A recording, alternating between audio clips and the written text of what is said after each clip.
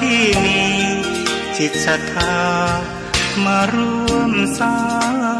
งบุญ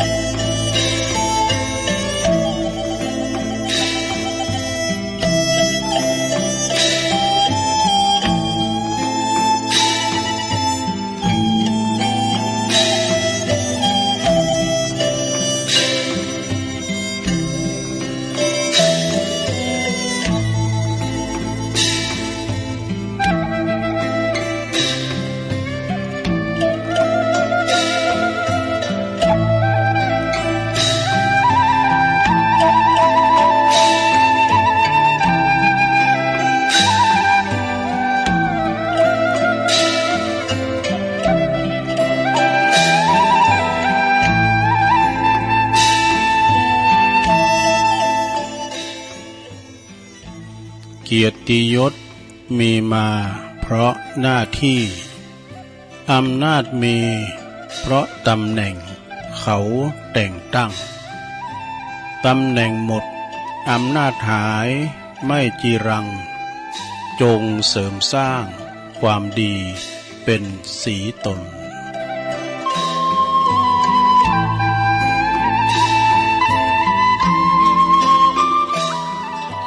ตื่นเจ้าขึ้นมา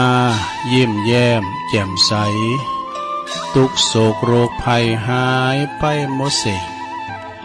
ก็ขอความนอบน้อมแด่พระรัตนตรัยอันมีพระพุทธพระธรรมพระสงฆ์เป็นสรณะที่พึ่งกราบแนบไต่ไหวสาถวายความเคารพมายังครูบาอาจารย์พระมหาเถรานุเถระ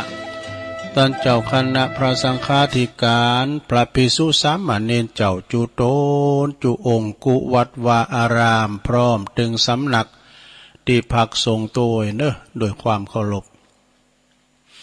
เจริญปอนมายังบรรดาปอออกไม่ออกศรัทธาตันสาธุชนนักศีลนักบุญต่างหลาย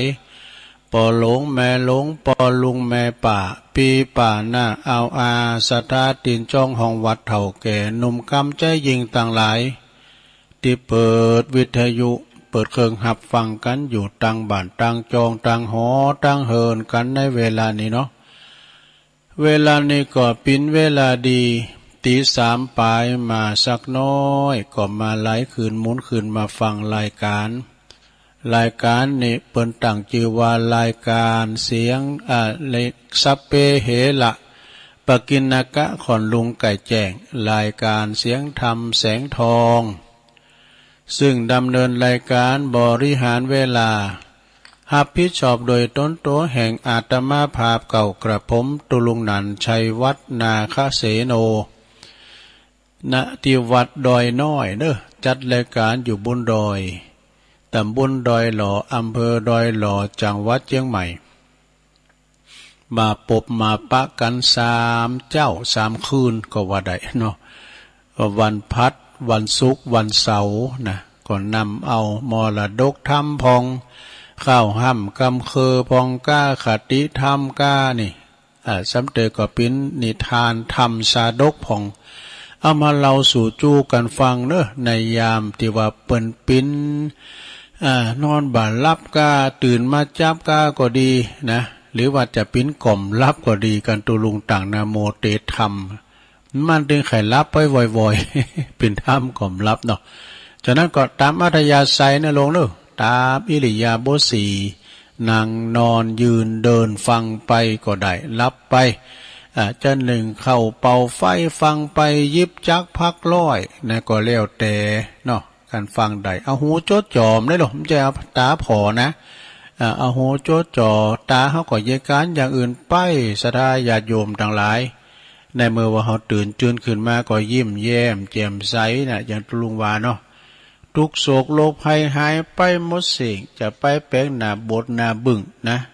จะแป้นหนานิ้วคิวกระโมด คืออันพอโลกในแง่ดีทำจิตใจปราศจากมลมลทินต่างๆผิวเขาใสสะอาดเนาะมองโลกในแง่ดีอู่ลูกอู่ล้านปิยวจาอู่โมนจ้าหวานเนาะแต่ถ้าอู่มนมาอยู่ที่กำปากซะนะญาติโยมทั้งหลายเนาะแล้วนอกก่อนอื่นที่ตุลุงจะได้ไปตั้งสถานีวิทยุที่เปิดมีบุญต่อโสตประสาทหูเฮาฟังกันถึงบ้านถึงจองในเวลานี้ก็ตุลุงก็ขออันนี่ก็เขาจะได้สวดมนต์ก่อนนะสวดมนต์เปิดความปินสิริปินมั่งกะละปินมงคลกับตนกับโตกับขอบกับโคลูกหลานตันเต่าเนาะอยู่ดีมีสุขกันได้เอาพร้อมเนาะว่าพร้อมกันไปเลยไหวพระพร้อมกันไปเลยอะระหังสัมมาสัมพุทโธภะคะวาพุทธังภะคะวันตังอภิวาเทมิสวากขาโตภะคะวะตาธัมโมธัมมังนะมัสสามิสุปฏิปันโนภะคะวะโตสาวกสังโฆสังฆังนะมามิ นะโมตัสสะภะคะวะโตอะระหะโตสัมมาสัมพุทธัสสะนะโมตัสสะภะคะวะโตอะระหะโตสัมมาสัมพุทธัสสะนะโมตัสสะภะคะวะโตอะระหะโตสัมมาสัมพุทธัสสะอิติปิโสภะคะวะอะระหังสัมมาสัมพุทโธวิจาจารณะสัมปันโนสุขโตโลกวิโตอนุตตโลปุริสตัมมาสาลาติสัทธาเทวมนุสสานังพุทโธภะคะวะติสวากขาโตภะคะวะตาธัมโมสันติติโกอากาลิโกเอหิปัสสิโกโอปันนะยิโกปัจจตังเวทิตาโปวินโยเหติสุปฏิปันโนภะคะวะโตสาวกสังโฆอุจโจปฏิปันโนภะคะวะโตสาวกสังโฆยายะปฏิปันโนภะคะวะโตสาวกสังโฆสามิจิปฏิปันโนภะคะวะโตสาวกสังโฆญาติตังจัตตาลิปุริสะยุคานิอัฏฐปุริสะปุคคลาเอสะภะคะวะโตสาวกสังโฆอะหุนายโย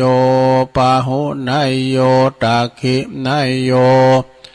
อัญจลิกาลานิโยอนุตตลังปุญญเขตังโลกัสสาติจะยันโตโปธิยามุเลสกายานังนันทิวัตตโนเอวังตวังวิจัยโยโหหิจัยยสุจัยยมังคะเลอัปปลาจิตตปันลังเกสีเสปัทถวิปุคะเลอภิเสเกสัพพพุทธานังอากาปโตปโมทติ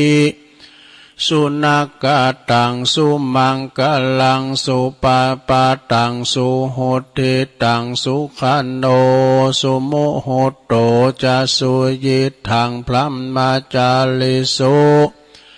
ป ปทักขินังกายกัมมังวาจากัมมังปทักขินังปทักขินังมโนกัมมังปณิทิเตปทักขินาปทักขินานิกาตวานาลาพันตเถปทักขิเนสัพพิติโยวิวาจันตุสัพพะโลโกวินาศตุมาเตภวัตวันตรายโยสุขีติขายุโกภวะอภิวาทานาสิลิสานิจังวุตตาปัจจายโนจัตตารโอธรรมาวัฏันติอายุวันโนสุขังปะลังเอาแล้วศรัทธาญาติโยมทั้งหลายตื่นเจ้ามาก็ได้ยินเสียงน้ำเสียงธรรมหือศีลหือปอนปินมังกะละมงคลเด้อศรัทธาเด้อขอกุณปฏิตไลรัตนะผ่านแผ่วพระแก้วเจ้าตั้งสามปากการจงโดนบันดาลมาปกป้องคุ้มครองรักษายังวัดวาอารามควงแก้วตั้งสามครูบาอาจารย์พระสงฆ์องค์สามเณรเจ้าเนาะอยู่กับวัดกะว่ามีสง่าราศีงอกงามไพบูรณ์ในพระพุทธศาสนาได้ปินเนอร์นาบุญศรัทธาญาติโยมทั้งหลายได้สักการะบูชากราบไหวยึดเหนี่ยวจิตใจเนาะพอออกไม่ออกศรัทธาก็เชกเช่นเดียวกันเด้อขอให้มีสุขภาพพลานามัยสมบูรณ์แข็งแรงเด้อกินข้าวลำกินน้ำลงในโรงเด้อตุลุงก็ขอส่งความปรารถนาดีส่งจิตส่งใจส่งกำลังใจไปเหยปอยแม่ดีเดินเหินไปไหนมาไหนบ้าใดติดต่างติดเต้งเอาวิทยุปิ้นกูในโรงเด้อขออยู่เคียงข้างกับปอลงแม่ลงเนาะปิ้นยังนะฟังน้ำฟังทำไปมันได้มีวันคำนะแล้วก็ลูกเต่าเหล่าล้านเล้นก็เหมือนกันเนอะขึ้นเนื้อลงไต่ไปไก่ไปไกลไปกับรถลาโยดยานพาหนะไปทุละตีจำปิ้นขึ้นเนื้อลงไต่ก็ขอเดินทางแก้วคาดปลอดภัยทุกตารางกิโลเมตรของการเดินทางนะทั้งขาไปและขากลับเนาะเอาละต่อไปจะประตังสถานีวิทยุกันเนอที่เปิ้นมีบุญต่อโสตประสาทหูเฮาต่างหลายกันมีเปิ้นเฮาก็ไม่ได้ยินนะก็ในเครือข่ายที่เปิ้นหับสัญญาณรายการธรรมะภาคภาษายองช่วงเวลา 3:00 ถึง 5:00 นก็ขอบคุณสถานีวิทยุคลื่นพระพุทธศาสนาการศึกษาและวัฒนธรรมของวัดฝายหินเนิดตำบลสุเทพอำเภอเมืองเชียงใหม่ FM 104.50 เมกะเฮิรตซ์โดยเมตตาบารมีธรรมอาจารย์ท่านพระครูสมุวิสุวัฒน์วรกิจโจก็ลิงก์สัญญาณไปฟังทางเฟซทางไลน์กันเกินเด้อสถาวิทยุย้ำเรียบร้อยเดี๋ยวอดเอานะขอบคุณสถานีวิทยุคณะสงฆ์อำเภอฝางตั้งอยู่ที่วัดพระบาทอุดมน้ำบ่อสาวาสำนักวิปัสสนา FM 100.25 เมกะเฮิรตซ์นะโดยเมตตาบารมีธรรมในพระเดชพระคุณหลวงปู่ท่านพระครูสุจิตานุรักษ์ด็อกเตอร์หลวงพ่อใหญ่เนื้อเจ้าคณะอำเภอฝางแล้วก็ขอบคุณตุปีโจตุปีเลินเขาด้วยเด้อเปิดลิงก์สัญญาณไป3อำเภอฟังกันนะชัดเจนเด้อพี่น้องต่างเมืองฝางแม่อายใจปราการขอบคุณสถานีวิทยุแดนดินถิ่นล้านนาต่างอยู่ที่บ้านโฮงโง่ตำบลน้ำบ่อหลงอำเภอสันป่าตอง FM 103.50 เมกะเฮิรตซ์โดยคุณรุจิสมบัติเงาคำเด้อขอบคุณสถานีวิทยุมนเสียงธรรมอำเภอแม่แจ่มจังหวัดเชียงใหม่วัดบุพาราม FM 106.25 เมกะเฮิรตซ์โดยหลวงพ่อใหญ่ท่านพระครูมงคลวิสิทธิ์หลวงพ่อเจ้าคณะอำเภอแม่แจ่มขอบคุณท่านปลัดอุทัยตึง2อุทัยด้วยนะขอบคุณสถานีวิทยุเน็กเดียวเรดิโอ FM 96.75 เมกะเฮิรตซ์ตั้งอยู่ที่บ้านจงตำบลทุ่งกวาวห้างหุ้นส่วนจำกัดอนุสรณ์เรดิโออำเภอเมืองปานจังหวัดลำปางขอบคุณสถานีวิทยุชุมชนคนเหนือเขื่อนอำเภอหอดFM FM 90.75 เมกะเฮิรตซ์ขอบคุณสถานีวิทยุเพื่อการศึกษา และพัฒนาอาชีพเรดิโอเน็ตเวิร์ก FM 103.00 เมกะเฮิรตซ์นะอำเภอเมืองจังหวัดลำปางโดยคุณอนุพงษ์ตาจินะขอบคุณสถานีวิทยุเรดิโอเน็ตเวิร์ก FM 99.50 เมกะเฮิรตซ์วิทยาลัยเทคโนโลยีเพื่อการจัดการกฟผ.แม่เมาะลำปางแล้วขอบคุณสถานีวิทยุคืนมจลโดยเนื้อวัดบุญญาวาสวิหารเนาะก็ลิงก์สัญญาณไปแล้วก็น่านฟ้าเรดิโอ FM 100.25 เมกะเฮิรตซ์โดยคุณลุ่งนิรันดร์ปันดอนตองนะและที่เปิดฟังทางเฟซทางไลน์แถมทั่วโลกนะฟังกันไปเนอะศรัทธาญาติโยมทั้งหลายวันนี้ก็ไปทางสถานีวิทยุไปแล้วเนาะขอบคุณเนอะที่เปิดตื่นจืนกันมาฟังก็ฟังกันไปศรัทธาขวัญใจของคุณนอนบ่หลับหรือว่าตื่นมาจับดอกตุลุงก็ตื่นน้ำมาตีหนึ่งแต่คืนแล้วไฟฟ้าดับว่ะเอาสักประมาณย่ำถึง10 โมงนะ9 โมงปลายศรัทธาไปรับได้ไปนอนได้มันฮ้อนนี่ประตู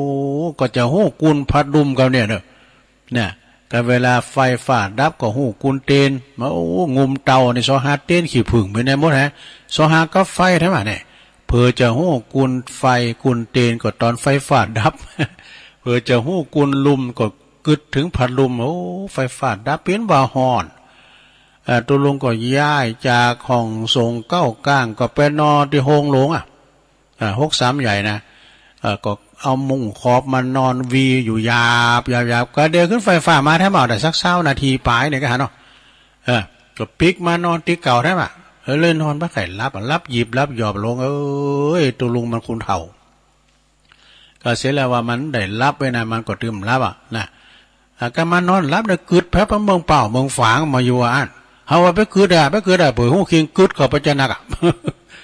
ศรัทธาญาติโยมทั้งหลายได้ก็คุณเฒ่ามาได้วันนี้มาปักกันศรัทธาญาติโยมตรงกับวันพฤหัสบดีที่2ที่2นะวันนี้เนาะวันนี้วันที่2 มิถุนายน65แล้วนะก็มาเข้ารายการเดือนมิถุนาแล้วก็เดือนกรกฎาเนี่ยงานประเพณีแต่ละวัดก็มีนักอยู่นะซะนะแต่เพิ่นจัดภายในกันเด้อจัดการภายในกันฉะนั้นญาติโยมทั้งหลายก็ฟังกันไปขอบคุณตังครูบาอาจารย์เพิ่นก็ฟังกันไปตังครูบาท่านพระสุภฤกษ์สุทธศีโลครูบาเต้ตุลูกตุลาเด้ออยู่วัดบันเลินทรายทองเนาะอันนี้ก็ปาละมีแก่กาไปตังสิบประคุณต่างๆสร้างกุฏิไม้ซักปุตโตโสนโตตาลก็ยันนิมนต์ตุลงไปอยู่ว่าคุณแม่อัมพาพันเจ๊ภัยชัยเมืองยองตัวนี้อันนี้เป็นโยมแม่บุญธรรมของครูบาเต้เปิ้นอยู่ปุ้นสีจุ่มบันเลินกันเนาะ บันเลินทรายทองมีอันนี้ทั้งอย่างหนึ่งสระญาติโยมทั้งหลายนะมีอันนี้ทั้งอย่างเนี่ยวันนี้ตุลุงจะเตะทำสืบชะตาเนี่ยลงเนอะจะเตะทำเขาว่าสืบชะตาก็มันเป็นธรรมมงคลธรรมมงคลก็คือเป็นธรรมจำเตยก็ได้รับจากคุณพ่อพิบูลเปิ้นฟังได้แหละแม่ฟองจันทร์อ้ายเสาเนี่ยเปิ้นอยู่ปุ้นโบกก้างเปิ้นส่งหนังสือส่งธรรมมา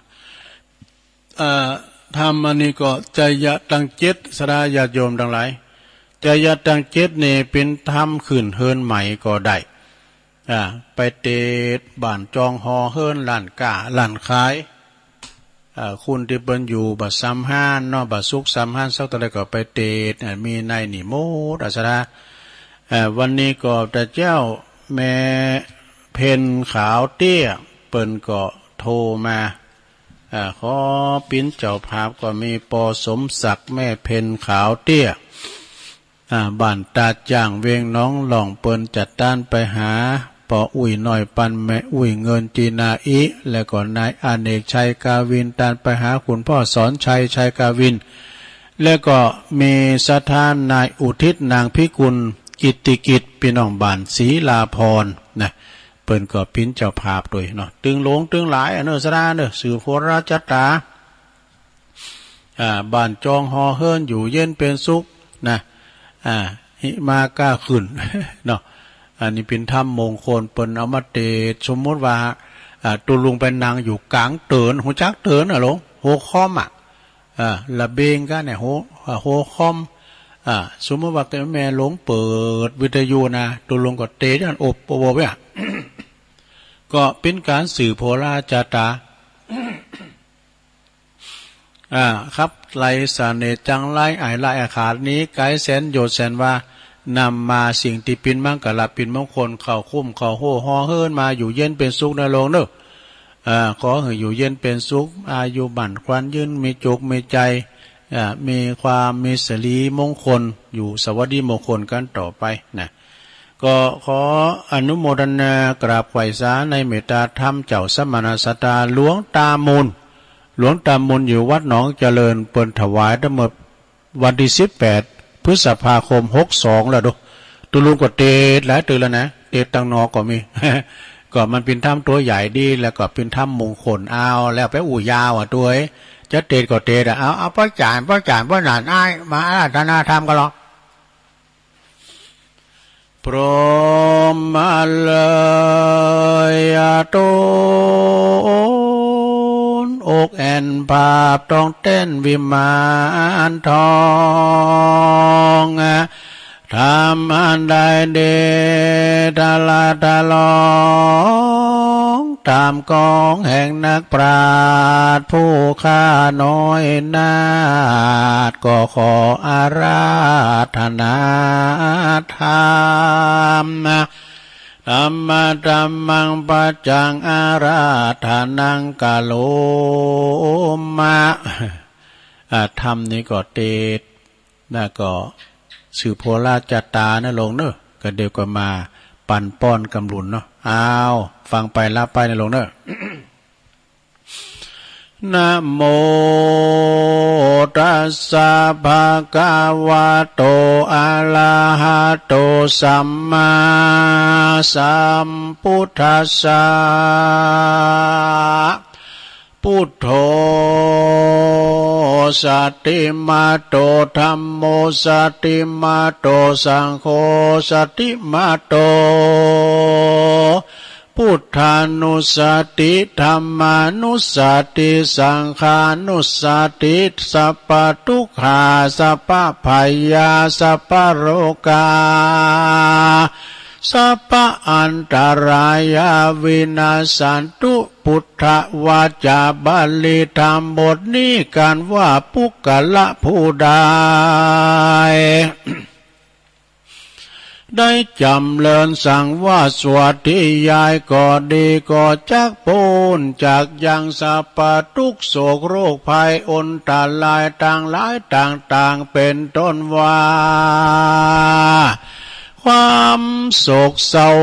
มองใจอยู่บ่ม่วนกินบ่หวานเป็นขอเป็นไปก็จักลำงับกับหายไปเสียงด้วยเตจะอนุภาวะแห่งที่ป่ามนอันนี้จะแลสัทธาสุเขนารากันตุพุทธานาสันติปาลาตุวัง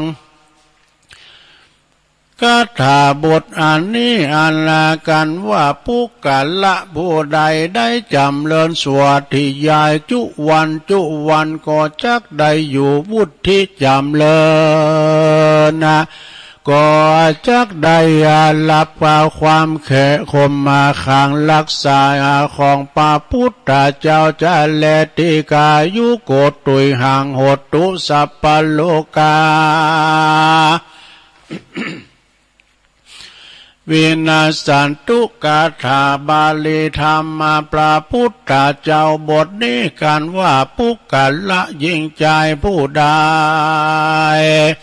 ได้จำเริญสวัสดียายภาวนาทุกค่ำทุกเจ้าก็จักได้พ้นจากยังพยาธิโลกาสัพพะอุปาทวัตอันนาอนตันลายต่างหลายต่างมวลก็จักลำงับกับหายไปเสียงแลเตอันตลายโยวินาสันตุเตปลากาถาบทนี้กันว่าปุกกะละผู้ใด ได้จำเริญสวัสดียายก็จักหายยังเคาะเกณฑ์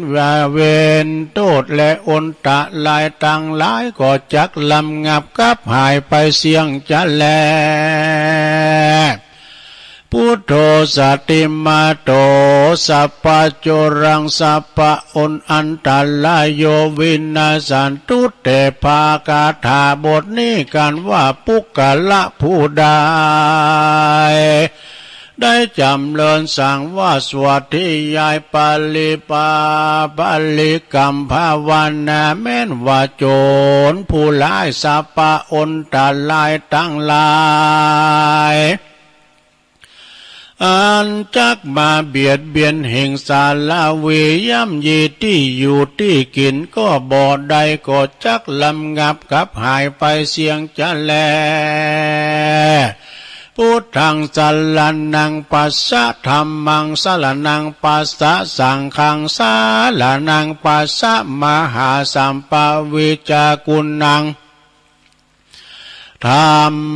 มังสรณังสวาหะมหาเตจังสรณังสวาหะคาถาธรรมบทนี้กันว่าปุกกะละผู้ใดได้จำเริญสวดทุกวันแม้นว่าเป็นเคราะห์เป็นภัยอุบาทถูกตรวจเปิ้งตรวจโจรจนลังถูกโดยสิบปาคุณต้านไปต้านแปงด้วยอาคมกาถาคุณใสคนใส่ผีใส่ถูกโดยต่างบุกก็ดีต่างน้ำก็ดีหรือว่าต่างไปบนโหนอากาศก็ดีด้วยอนุภาวาติปามนอันนี้จักใดไปปัดเคาะปัดภัยสาเนียจังลายหื้อหายเสียงแลโอมสติใจยังสัพปะจันตุสุนัขตังสุมังกาลังสุเขนะจะมหาใจยังภวันตุเตสัพปตากถาบทนี้การว่าปุกกะละผู้ใดได้จำเริญสวดนามภาวนาไว้ทุกค่ำทุกเจ้าก็จักจำเริญไปโดยโภคะเขาของสัมปติเขาเปลือกเขาสารจ้างม้างัวควายและมีลาภาษาการมีความสุขกายสุขใจตึงไปในและไปนอกไปโดยปีโดยเดือนโดยยามหิมากาคืนตามภาวะแห่งตนไปเสียงจิรการอันยาวนานนั่นแล ใจยสัพพสัตถุสวาหันตะเลมาลปังกาภากิยังยะตวาสุสาปุญ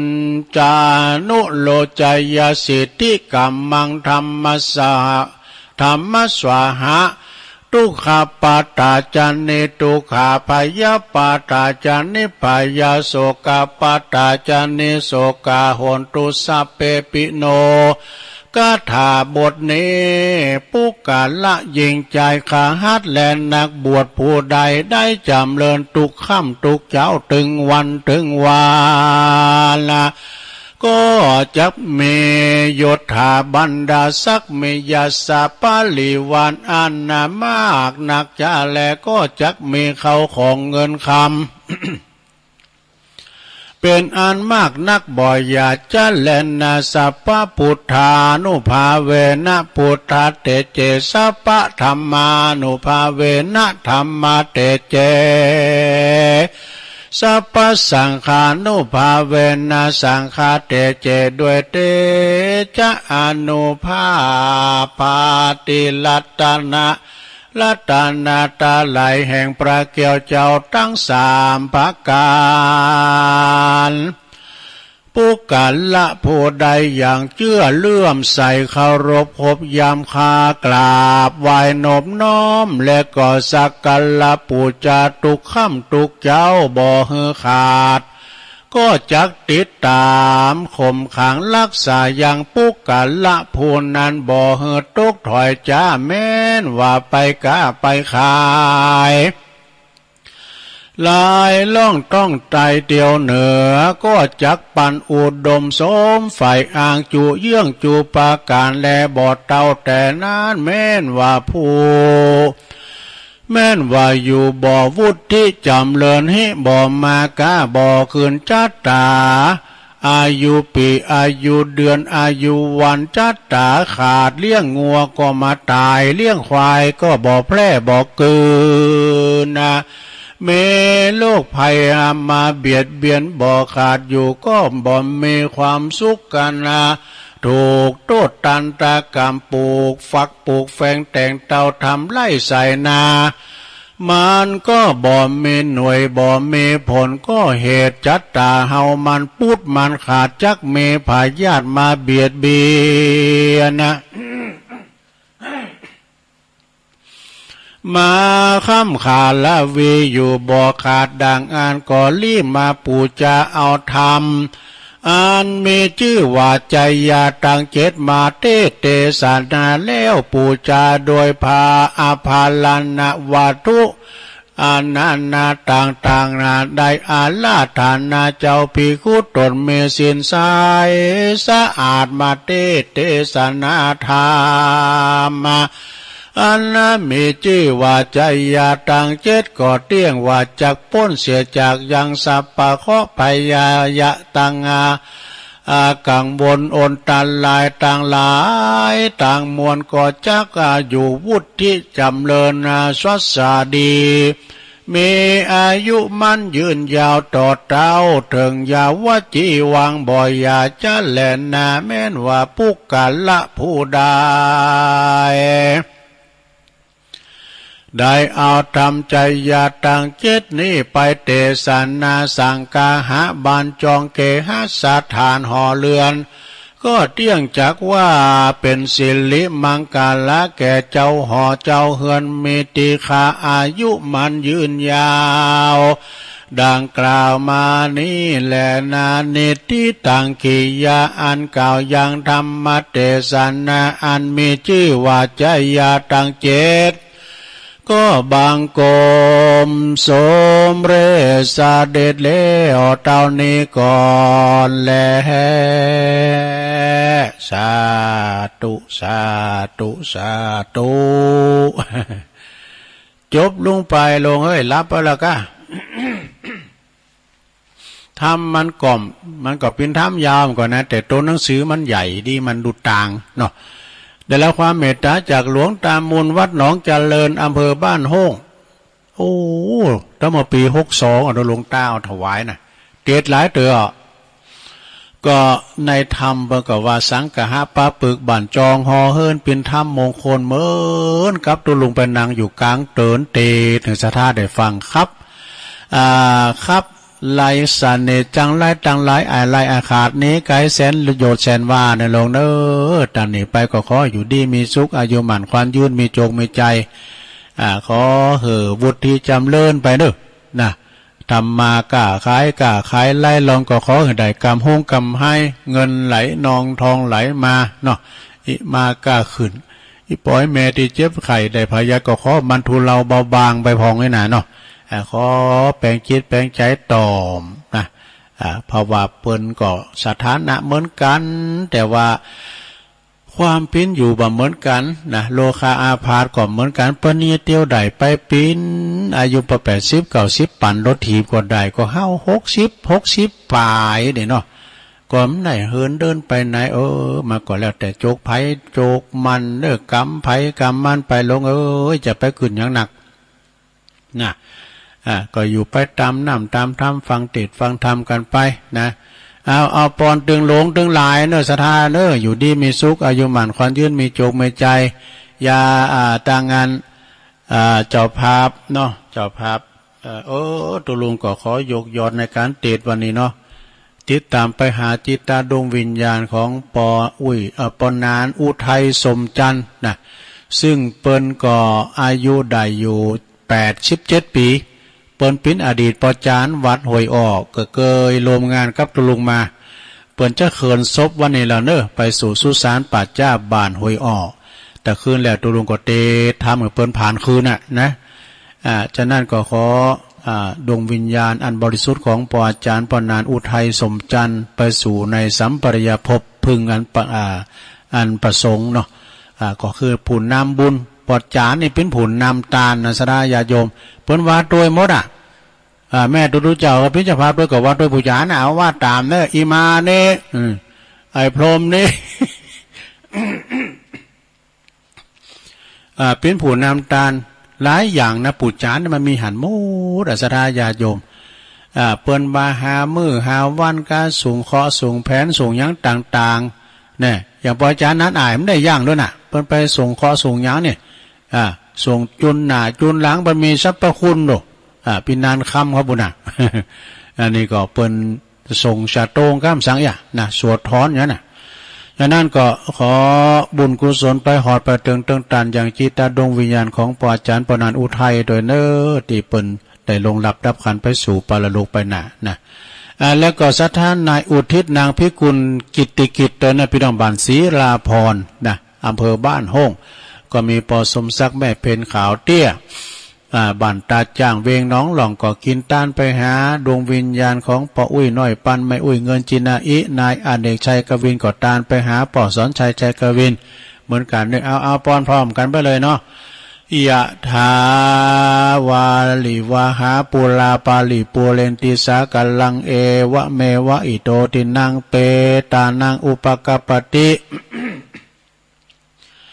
อิสิตังปฏิตังตุมหังคิปะเมวะสมิสตุสเปปุเรนตุสังกปะจันโทปนาลโสยถามณิโจติลโสยถาโสยติธัมโมจะอายังนิทัสสิโตเปตานะปูจาจักตาอุลาลาปะลัญจปิคุณามานุปตินังตุมเหหิปุญญังปะสุตังอนาปกันติสัพพิติโยวิวัจจันตุสัพพะโลโกวินาศตุมาเตภวัตวันตรโยสุขีติคายุโกภวะอภิวาตานาสิลิสานิจังวุตาปจายโนจัตตาโลธรรมาวัฏันติอายุวันโนสุขังปะลังสาตุสาตุสาตุหันสาธุคุณเดียวไปสาธุหูเนี่ย จบลงไปศรัทธาญาติโยมทั้งหลายนะฟังไปรับไปนะเอาปอนละปิดมากละเป็นมงคลนะลงเนอะเขี่ยวขาดปลอดภัยทุกวันทุกคืนเลยนะไปตั้งพี่น้องตั้งเหล่าปากก้อยโดยเปิ้นก็ฟังกันหลายนะเปิ้นว่านะตั้งปอคูอินสมเนียมทังก็ได้เปิ้นฟังอยู่นะพื้นที่ตั้งเหล่าปากก้อยนี่โอ้ขวางเปิ้นฟังกันหลายแถวกูงูลืนสันเจริญเหล่าปากก้อยนี่ดังถูกพระเดชพระไก่ชนเหล่าปากก้อยไปตั้งปุนตัวยตั้งได้ตุตั้งนานเฮาน่านอุดฟังอยู่เหรอ ป่าหกฝ่าหมดแล้วเนาะนานอุดนะเปิ้นก็ฟังอยู่เป็นนักซ้อมดูนะจันในนานามสกุลเปิ้น พดแปดต่างปูนโตยนะต่างบ้านเวงน้องหลองโอ้หลายตีเปิ้นฟังกันตุลุงก็จะเอานี่มาว่าทำกรรมนึงกันเนอศรัทธาญาติโยมหลายยังนิทานนี่อยู่ได้ด้วยนิทานทำมิตัวนี้ตัวจ่วยกันนะแกกะนะเอานิทานมาว่าพองเข้าห้ามกำเคอพองให้ลงเลยไปกายสิงกันเนอะมันพุกก็มาอยู่ตอนนี้ไปจะเล่านิทานเรื่องอย่างตุเรื่องอเรกปัตตนาอเรกปัตตะนาคราชนี่ลองพิจารณาลองฟังเปลี่ยนแว่นตาเกินเอาเบอร์300มันนั้นตัวหนังสือมันตัวน้อยต้องขยายแว่นเรื่องเราปิ้นจะได้เรื่องเราปิ้นจะได้ก็ลองฟังบอกแต่ตุลุงกับปากก็ไกลไม่บางแต่ก็หายไปเป็นตัวได้ เสียงมันดีเหมือนว่าดูวันนี้มีดังสาธกมาเนี่ยมีเรื่องนิทานเรื่องนาคราชชื่อว่าอเรกปัตนะที่มีในศาสนาพระพุทธเจ้ากัสสปะว่ายังมีตัวเจ้าหนุ่มตัวหนึ่งว่านะพระภิกขุหนุ่มตัวหนึ่งบวชในพระศาสนาพระพุทธเจ้ากัสสปะนะมีความสำรวมหักษาสิกขาบทบริสุทธิ์บ่จ้าบ่นานประมาณได้20,000 ปีว่าดูโอ้ ปิดพัดลมก่อน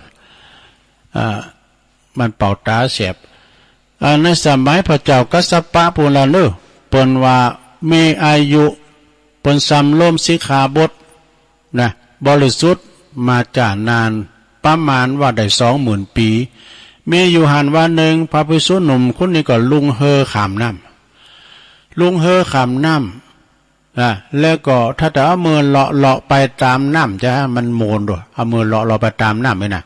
ทำหือตาไข่ขี้คูยะตาไข่น้ำขาดไปวะโดยมือแห่งตน ก็บ่มีความร้อนลนที่จะแสดงอาบัตินะก็คือว่าปิญญาก้ามันนิดหน่อยนะครั้นลงการผ่านมาพระภิกษุนั้นก็เจ็บป่วยเมื่อยไข้แล้วก็ถึงแก่ความตายไปในที่สุดก่อนกายที่จะตายก็สงสัยว่าก็มีนิมิตมาอยู่ตั้งหน้ากาไก่จะตายมรณภาพนะจึงบังเกิดนะบุพนิมิตปิ่นอันใบตะไคร่เป็นใบตะไคร่มันจะไข่นะตะไคร่นี่คือว่าขี่ไข่คูนี่ลงมาอยู่ในน้ำมาปั้นอยู่ที่คอว่ะพระภิกษุนั้นก็ทำการกิริยาตายไปนะก็ได้ไปบังเกิดเป็นนาคราชว่ะดูชื่อว่าอเรกปัตนะมีกายใหญ่ประมาณเต่าลำเฮอผมดูตัวใหญ่ นาคราชนี่นะตัวใหญ่เต่าลำเฮอโดยเหตุว่าตัวของเปิ้นก็คือทำหือตะไบนั้นตะไบน้ำขาดดูตะไบน้ำตะไคร่มันจะตะไบแหละใบตะไคร่น้ำมันขาดนะจึงได้มาบังเกิดเป็นสัตตลิสารนี่ยาวมันก็ได้ลงหน่อยเดียวกันเด้อได้มาเกิดเป็นนาคราชนี่ทานเลยนี่เปิ้นว่าพิสดารอยู่ในธรรมบทเนอะเลยยกมาหือปอหือหันโตดในอาบัติว่าอันเป็นอันตรายแก่ตั้งมนุษย์และก็ตั้งสวรรค์นิพพานด้วยว่ะนี่ดังได้รับประทานวิสัชนามาจากนี้อันหนึ่งพระภิกษุทั้งหลายบหักศีลหาบหักษาศีลหาเรียกว่าภิกษุเปิ่นจะทุศีลทุนี่แปลว่ามันดีนะทุศีลโดยบาลีว่าภิกขเวภิกขุแปลว่าดูก่อนพระภิกษุทั้งหลายนะภิกษุได้บ่มีความสำรวมหักษาศีลของตนให้บริสุทธิ์ภิกษุนั้นก็ชื่อว่าทุศีลด้วยว่ามีศีลอันเศร้าหมองไปรับเข่าของคนอื่นหรือว่าปัจจัยของตีคนอื่นที่เป็นมาถวายของทายกทายิกาโดยศรัทธามาบริโภคมากินของเปิ้นนะแล้วโดยว่ามันได้สูตรได้โยมอย่างเปิ้นได้ปฏิสังขายโยนะมันได้สูตรโยโกห้องเหมือนบริโภคซึ่งก่อนเล็กแดงว่ะก่อนไฟแดงว่ะมันเหมือนอย่างครูบาหลวงพระบาทคติมก่อนได้กะในงานปริวัติวาสุวรรณวิหารก่อนตัวเจ้าตนได้กินข้าวของทายกทายิกาแล้วไม่ได้สวดแทนกุลข้าวกุลน้ำเปิ้นนะเกิดมาจากหนาเนี่ยจะได้เป็นควายมาไทยหน้าใจหนีไปว่าลงกินฐานไฟแดงเนอะไอ้วะตอนนั้นตัวลุงพิ้นตัวใหม่อยู่นะพระลูกเสดุงย่างถึงไหนเหมือนบริโภคก่อนไฟเล็กแดงนี่ด้วยพระพุทธองค์ทรงตรัสไว้ในอคิคันโธสูตรเปิ้นก็บอกว่าพระภิกษุบริโภคปัจจัยสี่ของทายกทายิกาที่เปิ้นมาถวายมีความศรัทธาเฮาได้มาบริโภคก่อนเล็กไฟแดงอันปิ้นเปียวใหม่ตายเสียบจะได้การเฮาแต้นกุลเปิ้นก็จะเหมือนกับฮอดกินข้าวก่อนไฟแดงอีน่ะศรัทธาญาติโยมเรื่องนี้ปิ้นจะได้ก็จบลงไปก็คือหมายความว่าคติประกอบว่ามีศีลบริสุทธิ์แล้วก็สวดปฏิสังขายโยแล้วก็ขอหักษาศีล5 กลุ่มมาดูก็5 กลุ่มก็อันบนปี227กันเนี่ยศีล5ได้5 ข้อแล้วกลุ่มอยู่ก็เนาะอันนี้จบไปนะซะนะเปิดอารมณ์ทำแล้วกันเปิดก็ห้อนเปิดเหมือนก็เข้าตานี่แสบตานี่ด้วยเอาแถมเลิงหนึ่งซะท่านะโอ้นี่ทานอันนี้ซ้ำโมนเนอะตัวเจ้าบทซิกนี่ พี่จะน่ะมันน่ะเคยเหล่าแล้วก็ลองฟังก่อนนะเพิ่มเติมปัญญาหรอนะเพิ่มเติมปัญญาพอเรามาปิ้นจะได้เดี๋ยวอันนี้ตัวใหญ่ละเปลี่ยนแว่นตาก่อนฟังไปนะหลวงเด้อฟังไปอันนี้เปิ้นว่าพระจิตตทัตถะผู้บวชศึกบทศึกถึง7 ครั้งปุดดูเปิ้นว่าใจ3 บทครบได้เต็มอันนี้7 เดือนดูเนาะลองฟังของเราปิ้นจะได้มีกุลบุตรคนหนึ่งเป็นเจ้าบ้านเจ้าหน้าธรรมดาเนี่ยนะลากยาหันว่าการบวชก็คงจะสบายดีก็พอตูเจ้าเขานี่โธ่เขาเป็นตุเป็นเจ้าเนี่ยถ้าสบายอย่างตูย้ายเนาะ ตอนนั้นครั้งแรกดูเป็นตุเป็นเจ้านี่สบายแต่บ้านก็ไม่ต้องเช่าเข้าก็ไม่ต้องซื้อนะก็ลองไปบวชพอแล้วปตปากฏว่ามาบวชแล้วเป็นอย่างอ้านมาบวชแล้วก็ใครซิกได้มาปุตโตเป็นว่าบวชแล้วมันอย่างนี้ดูตุกกับหำกับเพนสูตรโยโกห้องกันสูตรได้เปิงก่อนมึงไปหำตานะบอกอย่าก็มาตุกกับตองบทสวดมนต์สวดมนต์ก่อนตุลงในบุตรพญาปึกกว่าจะได้แต่ละบทเนี่ยพิจัดมื่นมาหรอนะถ้าได้ล่ำลืมเนาะเป็นอยู่อย่างนั้นถึง6 เดือนวะตัวเจ้านี่นะบทซิกแล้วเป็น6 เดือนแล้วนะจึงได้ชื่อว่าพระจิตตทัตซึ่งแปลว่าผู้ตกอยู่ในอำนาจจิตนี่แต่พอไปซึกข้างที่7แล้วซึกข้างที่7แล้วก็ได้ไปหันภรรยาว่ามันมีภรรยาเนี่ยสีภรรยาเปิ้นนอนปากแล้วกว่าน้ำต้อยยุ่ยน้ำตื้อยย่อยพอยานี่เรานอนรับ ไปหันน่ะแล้วไปพอคุณว่ะครบเรื่องกาเกี่ยวงัดงานว่าพอรู้แล้วไปหันเมของตัวเก่าเหมือนอย่างสากซบว่าหันดูมาปรุงโต๊ะตอนหน้ากันเนาะยาด้วยนี่นอนอยู่ลำเลยนะปวดน้ำต้อยยื้อแล้วก็คากาเกี่ยวงัดงานลงคุ้นบูดพอเหมือนสากศพนะหันภรรยาตัวเก่าเหมือนกับสากศพจึงนี้ไปบวชอีกข้างหนึ่งนะข้างนี้บ่จ้าบ่นั้นปั่มเป้งปรมีธรรมแต่ได้เป็นพระอรหันต์เนี่ยแต่ตัวเจ้าทั้งหลายอื่นๆเนี่ยหันว่ามันบวชซิกแล้วไปล่อเลียนมากะบอกฮู้ว่าเป็นพระอรหันต์ตาแล้วไปล่อเลียนมาน่ะไปได้ตัวหาเมื่อจันวันนี้แล้วซิกได้หันบทซิกในกำเนิดสีอยู่มื้นไว้ไปเยาะเย้ยป่ะวันนี้อยู่มื้นไว้จะบวชหามื้อจันวันนี้ซิกได้น่ะไปว่าเพิ่นพระอรหันตาก็คือเปิ้นบทซิกนั่นน่ะเปิ้นก็บอกว่าเฮาบักกลับไปแล้วเนี่ยเปิ้นตอบไปว่าเฮาบักกลับไปแล้วนะเฮาได้หันตาหันธรรมเฮาบรรลุธรรมแล้วอันนี้กะมันจะว่าแล้วเปิ้นก็คือว่าเฮาพบทางสว่างแล้วประมาณนั้นน่ะพระสูทั้งหลายตุเจ้าทั้งหลายก็ไปฟ้องพระพุทธเจ้าตุเจ้าทั้งนั้นอดตะลิเนอะอดตะลิคุณวิเศษที่บ่มีในตนเนี่ยอวดคุณวิเศษที่บ่มีในตนพระพุทธเจ้าเปิ้นฮู้โดยขายพยานบ่ลงเปิ้นเลยตรัสบอกว่าดูก่อนเนอะพระภิกษุทั้งหลายนะบุตรของเฮาเปิ้นว่าลูกศิษย์เปิ้นว่าบุตรด้วยดอกบุตรของเฮาในยังบ่ฮู้จักภาษาธรรมแต่บ่เดินนี้แต่ก็มีใจวอกแวกอยู่บัดนี้นะบัดนี้ฮู้จักภาษาธรรมแล้วว่ามีใจวอกแวกเป็นอื่นเป็นกายไปแล้วตรัสแล้วพระภิกษุทั้งหลายจึงสนทนากันว่าผมมีอุปนิสัยอรหันตาแต่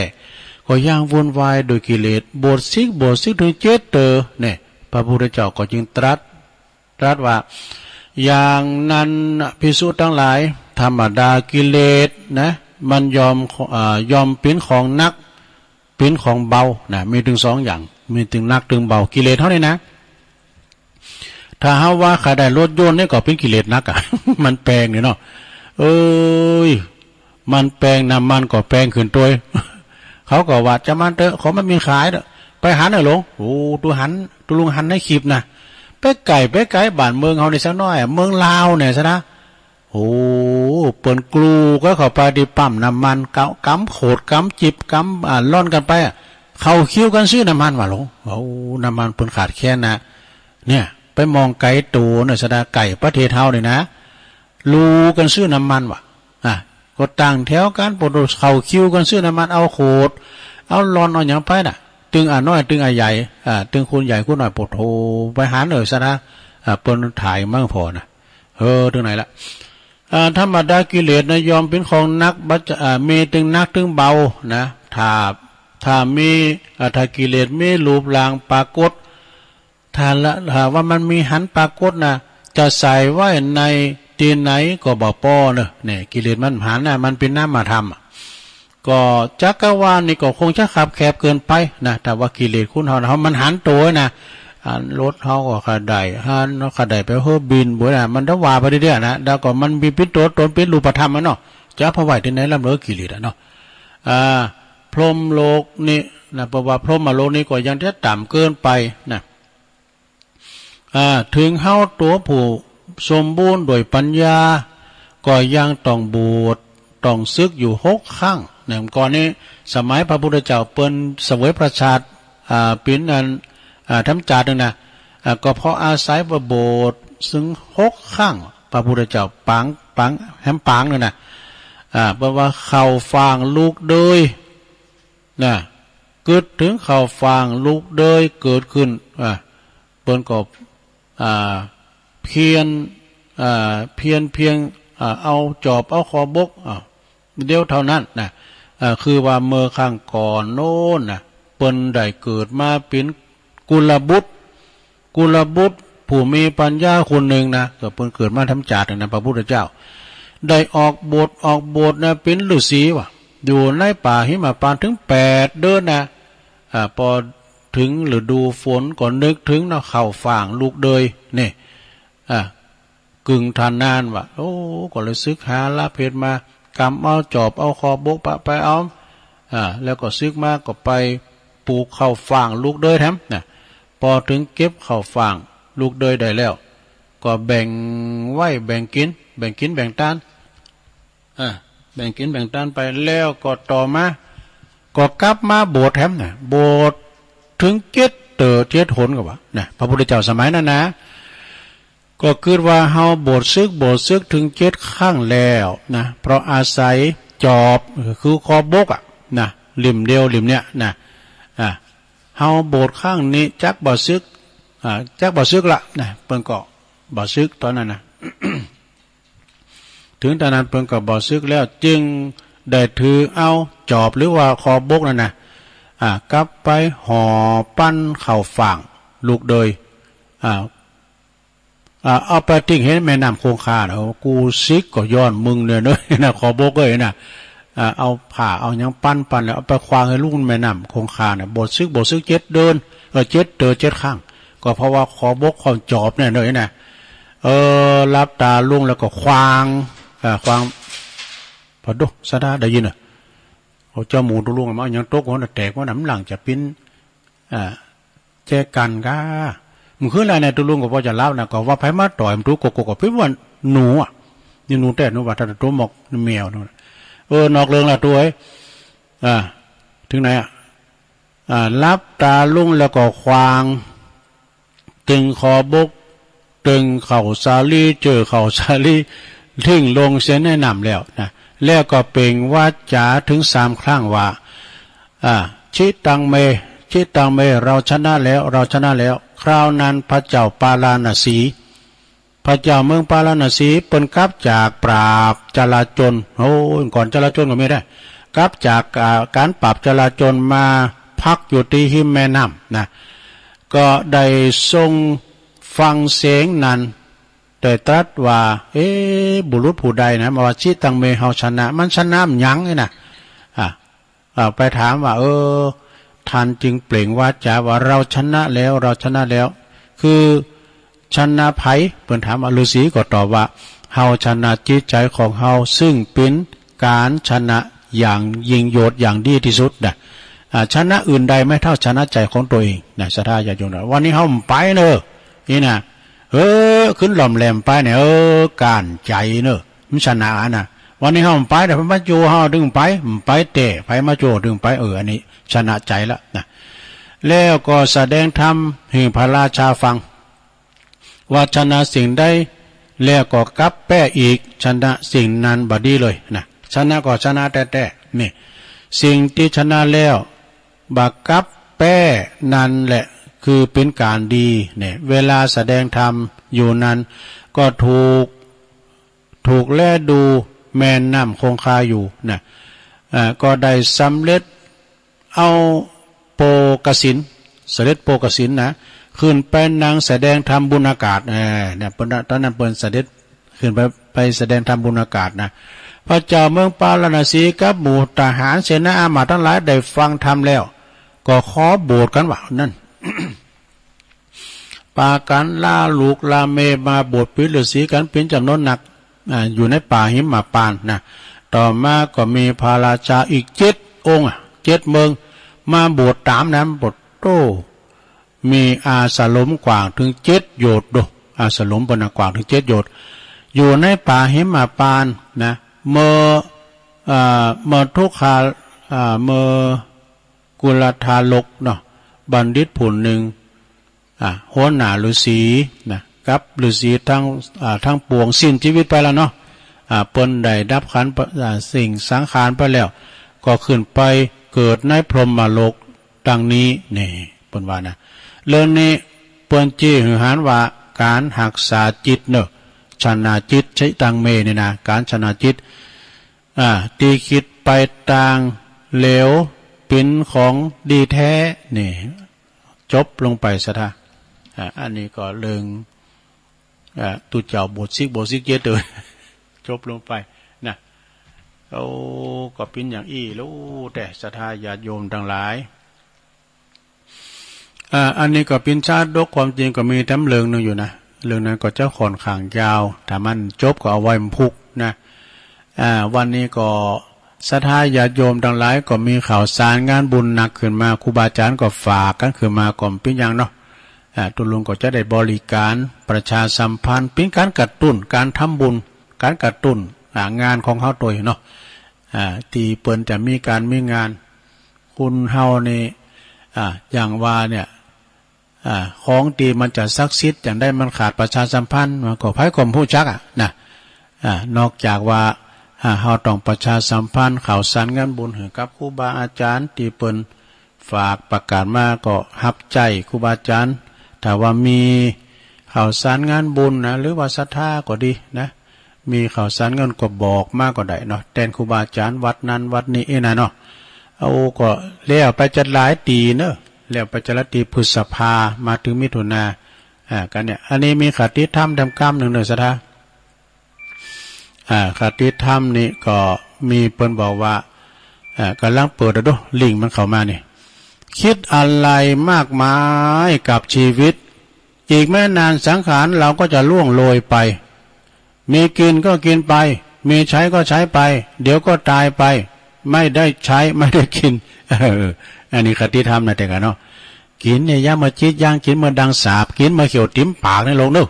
ก็มันเขียวแล้วร้อนเขียวเบาไปเนี่ยมันเกี้ยวมันยังก็บ่ต้องแงดปากก็มันออกที่หัวหมดเนี่ยศรัทธาเนาะเนี่ยเป็นว่าคิดอะไรมากมายกับชีวิตอีกไม่นานสังขารของเราก็จะล่วงโรยไปมีกินก็กินไปมีใช้ก็ใช้ไปเดี๋ยวตายไปไม่ใช้ไม่ได้ใช้ไม่ได้กินนี่เป็นคำที่กว้างขวางเด้อแหมกรรมหนึ่งสุขก็ไม่นานทุกข์ก็ไม่นานเจ็บก็ไม่นานร้องไห้ก็ไม่นานแต่จงเชื่อเถอะทุกอย่างเดี๋ยวมันก็ผ่านไปจบซะละขอบคุณคุณโยมพี่ยุพินหอมมาลาเนี่ยเป็นสูงคติธรรมดีๆมาถึงฟังเนาะศรัทธาญาติโยมกันเดียวเกินจะได้อ่านประกาศข่าวสารงานบุญเนาะสักเล็กสักน้อยกันเนอศรัทธาเนอเวลาตุลุงก็ตึงมีหนักมีหลายนะก็วันที่7เนี่ยศรัทธาญาติโยมทั้งหลาย7 มิถุนายนนี่ก็งานบุญสงน้ำพระธาตุแล้วก็สืบชะตาหลงแบบล้านนาตึงวัดตึงบ้านที่วัดดอนจืนเนอะตำบลดอยหล่อเขต2 อำเภอดอยหล่อพระครูมานัสสุทธิกรหรือว่าอาจารย์สังวานนะฝากประกาศมานะวันที่7 มิถุนายนที่วัดดอนจื้นประกาศแม่ขายก็ฟังว่าเนอะไปกราบไปขายเปิ้นมีซอด้วยนะอันนี้ฝากมาว่ายาเหนียวงายกำเดียวเนี่ยยาเหนียวเอาเหล่าขาวกับบะนาวผสมกันอันนี้ตามมาของแม่สายพินกัลยาเนี่ยจังโซ18 มิถุนาอันนี้ตุปีลินเป็นฝากประกาศมาเด้อวัดหลังถ้ำนะตำบลสองแควอำเภอดอยหล่อเขาเนี่ยนะวันที่18นี่เป็นจะมีการวางศิลาฤกษ์อุโบสถหลังใหม่ซึ่งเป็นมีกำเดินนะเปิ้นไปป้าใส่ผู้ใหญ่ใจบุญในทุนจะดีจากกทมเปิ้นก็จะได้ลมแปลงเปิ้นจะวางศิลาฤกษ์อุโบสถในวันที่18 มิถุนายนเนอะซึ่งมีตอดผ่าป่าสามัคคีโดยก็เจิญเนอะละแวกไก่เคียงตำบลสองแควก็ไปลมงานบุญวางศิลาฤกษ์ในครั้งนี้โดยวันที่18 มิถุนายนเวลา 9:39 เนอะ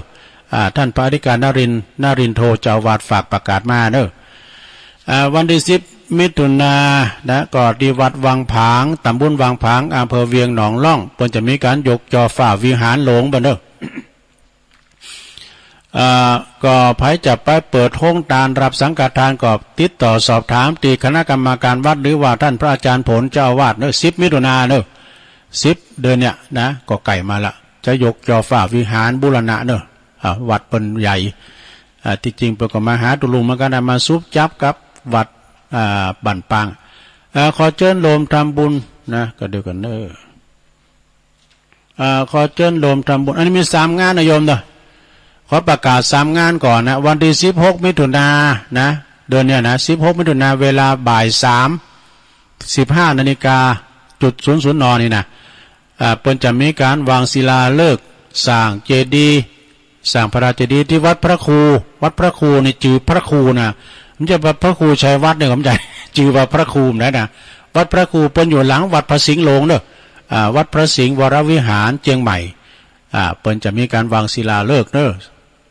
สร้างพระราชเจดีย์นะแล้วก็งานที่2วันที่17 มิถุนายนเวลา 15:00 น.คือบ่าย 3 โมงจะทำบุญบูรณะวัดน้อยนะกูเก่าบ้านดุงหลงเนอะบ้านดุงหลงก็บ้านเกิดของแม่จันฟองกิ่วแก้วคุณเชิดพงษ์กิ่วแก้วเหมือนกันนะตำบลวังผางอำเภอเวียงหนองหลองเนี่ยวันที่17วางศิลาฤกษ์เพราะฉะนั้น15 นาฬิกาก็คือเพิ่นจะทำบุญบูรณะวัดน้อยกูเก่าวัดบ้านดุงหลงเนอะแล้วงานที่3วันที่18 มิถุนายนเหมือนกันเนอะเวลา 15:00 น.เปิ้นจะมีการทำบุญยกย่อฟ้ายกยอดชัดเจดีย์เนอะวัดจำลองตำบลบ้านกาดอำเภอแม่วางจังหวัดเชียงใหม่นะอันนี้ก็ฝากประกาศมาเนอะศรัทธาเนอะอาจารย์พระครูฝากประกาศมาเอางานต่อไปศรัทธาญาติโยมทั้งหลาย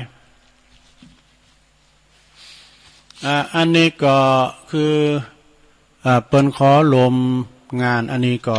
วัดบั่นปางนะโยมเนอะวัดบั่นปางนี่เปิ้นจะมีงานบำเพ็ญกุศลครบรอบวันชาติการ444 ปีของครูบาเจ้าศรีวิจัยเนอะเนื่องว่าวันที่11 มิถุนายนนี่ก็ของทุกปีเปิ้นก็จะเป็นวันครบรอบชาติการวันคล้ายวันเกิดของครูบาเจ้าศรีวิจัยนักบุญแห่งล้านนาไทยนะณวัดบั่นปางเนอะและคณะกรรมการจึงได้จัดให้มีการทำแผนอันนี้ก็แผ่นสปอร์ตผมได้เปิดเปิ้นก็ส่งแผ่นสปอร์ตมานี่ด้วยแล้วก็ขอประชาสัมพันธ์ในครั้งนี้ด้วยก็คือวัดบั่นปางเนอะซะได้เนอะเปิ้นจะมีงานตั้งแต่วันที่6 ถึง 11และเปิ้นจะมีการอบรมปฏิบัติวิปัสสนากรรมฐานด้วยเนอะนะตามแบบฉบับแล้วก็วันแต่เขาเปิ้นก็วันที่11ก็เปิ้นจะมีงานวันที่11นะวัดบ้านปางตำบลศรีวิชัยอำเภอลีเนอะซะได้เนอะพระครูปลัดวินัยอภินันโทตำแหน่งเจ้าวาดวัดบ้านปางและเปิ้นก็มีท่านพระอาจารย์อัฏฐพลอันนี้เป็นเลขาวัดบ้านปางเนอะแล้วก็มีปลงจักค่ำวันนั้นเปิ้นมาหาปะนะเปิ้นเอาฝากไว้นี่นะปลงจักค่ำในเมืองใจวงเศรษฐีในท่านนา คำเจริญอนิวัยยาวัจกรวัดเนาะก็คือวันที่11นะโยมเด้อตัวเปิ้นบอกว่าวันที่เก่าถึง11นี่ก็เปิ้นจะมีโหวัดด้วย งานนี้จบไปต่อไปสระญาติโยมทั้งหลายนะงานต่อไปก็วันที่14เดือนเก่าปิงก็วัดพระธาตุสลีจอมตองเนอะวัดห้วยปันจ้อยวัดบ้านหวายหลายวัดหลายว่าเนอะวันที่เดือนเก่าปิงนะเดือนเก่าปิงก็งานประธานว่าเปิ้นว่าบ้านห้วยจอมตองบ้านห้วยจอมตองนี่กะนะก็หลายวัดโดยนสดาเนาะก็เลยหยิบยกมาประกาศนสดาวันที่11มิถุนายนนี่ก็งานประเพณีทรงน้ำอธิษฐานของครูบาศรีอริยวังโสแล้วก็หลวงปู่สิงห์ทองอินทวังโสณวัดป่าบุกเนอป่าบุกก็ตำบลแม่แรงอำเภอป่าสร้างมีแข่งกองหลวงตัวเนอแบบโอเพ่นตัวเนอนะวันที่12มิถุนายนนะทุกวันที่23ของเดือนเนอก็ตังวัดศาลาตำบลน้ำแพร่อำเภอหางดงก็เปิ้นก็จะทำบุญทักษิณานุปทานอุทิศถวายกับครูบาเจ้าอินตากตาปุญโยเนอหลวงปู่ท่านพระครูพิพิธปุญญาภิรักษ์ซึ่งก็ตั้งแต่เดือนนี้ไป23นี่เปิ้นก็จะมีการเทศน์การสวดอภิธรรมมีเจ้าภาพโดยสดาก็ติดต่อที่ท่านพระครูโชติสุวรรณสอนหลวงพ่อเจ้าคณะเจ้าอาวาสวัดศาลาตำบลน้ำแพร่โอ้หลวงปู่เปิ้นใจดีเนอะวัดเปิ้นก็งามสะอาดด้วยนะเป็นสัดเป็นส่วนแล้วก็วัดเปิ้นก็โอ้เครื่องเสียงเปิ้นสุดยอดเด้อเฮาพอก็ลำโพงก็น้อยนี่ปดโตอาจารย์เบียร์อู่เนี่ยปดโตตั้งนอกก็ดังตั้งในก็ดังจับดีจ้ะวันที่2กรกฎาวันที่2กรกฎาเนี่ยเดือนหน้าเนี่ยนะสะทางคณะสงฆ์ตำบลยางครามโดยการนำของเมตตาบารมีธรรมอาจารย์พระครูสถาพรพัฒนารังสีเจ้าคณะตำบลยางครามพร้อมกับคณะสงฆ์ในตำบลทุกวัดเนี่ยเพื่อจะไปทำบุญถวายพระพุทธรูปแล้วก็เตียนพรรษาถวายต้านผ่าป่าสามัคคีโดยที่วัดพุทธศรีคีรีเนาะวัดพุทธศรีคีรีของอาจารย์วรรณชัยเวลาประมาณบ่าย3 โมงเนาะขอเชิญชวนศรัทธาไปรวมทำบุญด้วยกันไผบ่ได้ไปก็ฝากห้อมกันไปก็ได้เนอะแต่ละวัดที่ตำบลยางครามนะ อันในงานนี้ก็ขอเชิญรวมทำบุญนะ ทรงน้ำพระธาตุแล้วก็พระธาตุเจดีย์พระเจ้าตานใจอัฐิแล้วก็รูปเหมือนครูบาถาวรแล้วก็หลวงปู่ครูบาสุรินทร์โทณที่วัดหลวงสีเตี้ย วัดหลวงสีเตี้ยนี่ก็ตำบลสีเตี้ยอำเภอบ้านโฮงวันที่22เนอะวันที่22ก็ไปจะไปรับปิณจากภาพสังฆทานเปิดโรงทานก็ติดต่อดีคณะกรรมการมีสอบปืนเมืองฟังตลอดวันส่งน้ำตลอดวันเนอะนะไปจะไปรวมทำบุญก็เชิญว่าหลวงปู่หลวงพ่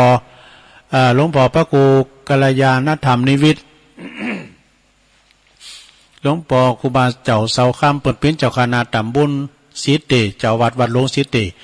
ปีนี้เปิดก่อบูรณะอุโบสถหลังเก่าเนาะคำคาเก่ามามื่นละสมัยครูบาก็เปิดเปลี่ยนดินเปลี่ยนจอฟ้าเป็นปันลุมงามแหละแล้วก็เปิดแปลงซุ่มใหม่ด้วยซุ่มประตูวัดงามด้วยเนาะแล้วก็งานต่อไปนี่วัดดอนจันทร์ไกนี่เปิ้นว่าก็ประกาศไปแล้วเนาะวันที่สูงกระแสเสียงไปบนดอนจันทร์นี่ก็คือเป็นวัดตำบลเวงกาหลงนี่เปิ้นจะมีโฮดน้ำถาดปีแหลกเนอะของพระธาตุชเวดากองจำลองปีแหลกก็วันที่14เหมือนกันเนอะพระครูปลัดณัฐพงษ์เจริญพรมาเนาะวันที่30พฤษภาก็แล้วไปแล้วกระตุ้ย30พฤษภานี่หลวงพ่อมานิดแล้วไปละก็วัดน้ำดิบหลงเนอะงานเดินเก่าประเพณีวัดน้ำดิบหลงวันที่7เนอะก็ไปรวมทำบุญทรงน้ำพระธาตุหลังวัดดงนิมิตน้ำดิบน้อยก็วันที่7สดาญาติโยมก็ไปรวมกันเนอะที่วัดน้ำดิบหลงงานเดินเก่านะประเพณีวัดน้ำดิบหลงพระปลัดรัตนวโรเจ้าวาดตุปิอามเนอะนะเพิ่นก็ทรงน้ำถาตลอดวันเนอะที่วัดน้ำดิบหลงก็มีหลายวัดนะวันที่7นี่ก็วัดพระเจ้าสะเลมหวานบ้านหุงวัดตาตุมโลงตัวอีกนะหลายวัดเนาะแล้วก็วันที่3วันพุธนี่ก็เนาะ วันนี้วันที่2ละ2-3 ที่วัดดงนิมิตรน้ำดิบน้อยนะเพิ่นก็จะมีงานทรงน้ำพัดถาดแล้วก็บวงสรวงพ่อบ้านตัวเนอะก็เจิญพี่น้องศรัทธาและแวกไก่เคียงก็ไปรวมทำบุญทรงน้ำพัดถาดแล้วก็เพิ่นจะมีการบวงสรวงพ่อบ้านตัววันนี้คืนมืดเนี่ยเพิ่นจะมีประกวดห้องเพลงเนาะไทยลูกทุ่งมุ่งสู่ดาววันพุธก็ไปฟังซอของทวัดเมืองเถินมีมัจฉาแข่งกองลงด้วยเนอะแข่งกองลงด้วยนะแต่ขึ้นแล้วนี่เจษฎาคำปัญญาลองเคิงลองเสียงละนะเปิ้นว่าวันลองไฟแล้วก็ไปลมกินลมตานกันท่านรองพิเชษศิริพัตโตรองเจ้าคณะตำบลน้ำดิบนะแล้วก็ดังประโลงเขาปอเซลซับปอเซลไซเขาปอเล่งท้าเขาเนี่ยพี่นันน้อมเขาในร้ายไปกินไปตานกันเนอะนะเอางานต่อไปอันนี้ก็ขอประกาศ ศูนย์บริการคนพิการจากเทศบาลตำบลหนองล่องนะเปิ้นก็ขอฝากประกาศมาว่าโดยศูนย์บริการคนพิการเทศบาลตำบลหนองล่องอำเภอเวียงหนองล่องจังหวัดลำพูนนี่เปิ้นได้ดำเนินการกิจกรรมเด้อสะพานบุญเยี่ยมบ้านเยี่ยมใจห่วงใยคนพิการตำบลหนองล่องนะโดยมีวัตถุประสงค์ก็เพื่อจะให้การสงเคราะห์และก็พัฒนาคุณภาพชีวิตของคนพิการในพื้นที่ตำบลหนองล่องแล้วก็ได้รับความช่วยเหลือจากพระเจ้าสงเคราะห์โดยข้าวสารอาหารแห้งก็ดีนะแล้วก็คือผลสุขภาพจิตสุขภาพใจดีหูซึกว่าสังคมมาทอดทิ้งทันเนอะนี่นะก็โดยตึงภาครัฐและภาคเอกชนต่างๆที่เปิดก็จะมีความลงไม้ลงมือบางเงียบเงาเปิดก็ดูแลเอาใจใส่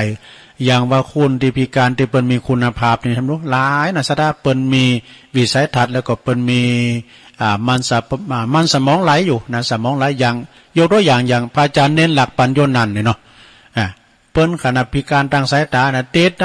สวดมนต์เน็ตแล้วดูลุงกันนี่อีดูความสามารถของคุณเฮานี่มันมีนะฉะนั้นก็สดาญาโยมเนอะเปิ้นก็จะมีการสงเคราะห์เยี่ยมชมปิ่นสะพานบุญเยี่ยมใจเยี่ยมบ้านของคนพิการเนอะมีหลายนะโทรไปอันนี้ก็เจริญพรมาก็คือนางกัญจนาจันทรเสนานะประธานศูนย์บริการคนพิการตำบลเวียงหนองล่องฝากประกาศมาโดยท่านนายกนิกรชายน้อยนายกสมาคมคนพิการตำบลหนองล่อง ยกมาขอตุ่มไปเลยนะเป็นนายกตุลุงนะ เอางานต่อไปหน่อยสดาญาติโยมอะไรวันที่14อันนี้ก็อ่านแล้วอันนี้เนาะงานต่างใดข่าวสารงานบุญก็มีหนักมีหลายเนาะสดาญาติโยมทั้งหลายเป็นข่าวสารงานบุญตีสำเตอก็อย่างที่ไกลๆนี่ก็ดงนิมิตนี่นะสดาวันพุกนี่แล้วเนอะก็เฮาอ่านมาเมื่อเนาะ2 ปีแล้วเนี่ยมีการมีงานแล้วเปิดมีนมาตรการเปิดแมทเฮาต้องเปิดอ่ะเนาะลงมันเกยไปแล้วนี่กะเนาะมันเกยไว้แล้วต้องเปิดไปประมาทกาจะไปตกเนอะเปิ้นก็ยังมีจุดขัดกรองอยู่นะจะไปไหนก็จะไปประมาทอยู่ระยะห่างทางสังคมเนาะล้างมือบ่อยๆนะวัดไข้วัดอุณหภูมิตีวัดนำดิบน้อยหรือวัดดงนิมิตนี่ก็วันพุกนี่แล้วก็ไปโลมทำบุญกินต้านกันเนอะส่งน้ำปาตาดบวงสรวงประบานตุลุงเคยไปช่วยงานโอ้ยคุณหนักคุณหลายเนอะนำดิบน้อยนี่มีเป็น200 ปลายบุญก็เห็นเนาะคุณโลคุณหลาย แล้วก็เปิ้นก็เข้าวัดปิ้นวัดที่อยู่ในชุมชนอยู่ในชุมชนก็คืออยู่ในหมู่บ้านงอมเนอะอย่างวัดปากตั้งเจริญเนี่ยกะนะอย่างวัดป่าตองวัดป่าตองคันธารามเนี่ยอยู่เป็นวัดชุมชนถนนแวดวัดนะเอาข้านี่มันได้รับกลางวันเนี่ยด้วยท่านพระครูนะลูกพีตุลุงพระครูสุคนทศิลวิมลมาอยู่เฮือตัวปียิ้มได้รับคนเท่ามาแอวกลางวันมาแอวถึงวัน ได้รับดีก็มันกลางชุมชนเนาะสดาเนาะ อย่างวันใดนอนนี่เงียบเนาะสดาโอ้มันคืนแล้วนี่ไฟฟ้าดับนี่อย่าเพิ่นรับตาหรอตัวลุงก็มีกลมบีก็บีไปในซอหาเต้นบทโลเผื่อจะหู้กุนเต้นก็เมื่อไฟฟ้าดับนั่นก็ซอหาเต้นก็กลมบีก็มันมดฐานเนี่ยว่านั้นไปซอหา ก็เลยเอาอันโทรศัพท์มาส่องบอกตรงงุมซามไปได้กาไฟมาปัดกาไฟที่เปิ้นมีแก๊สนั่นน่ะขึ้นมีน้ำมันนะหมอ ก็ไปสอหาแดนพุทโธก็เตียนโลมาตามย่ำดับแล้วปล่อยมันนะปล่อยขึ้นหงดึงดับมันสัก20 นาทีนะโยมขึ้นแล้วเนี่ยนะฟังอาจารย์แม่ตีก็เดือนนี้ดับโหโผตัวห้อนนี่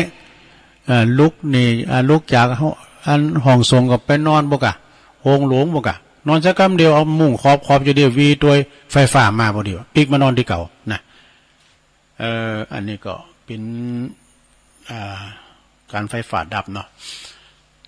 ตุลุงก็จะตักตังลายก็ท่านเจ้าอธิการวิชาสุจินโนตุปิชาเนื้อเจ้าคณะตำบล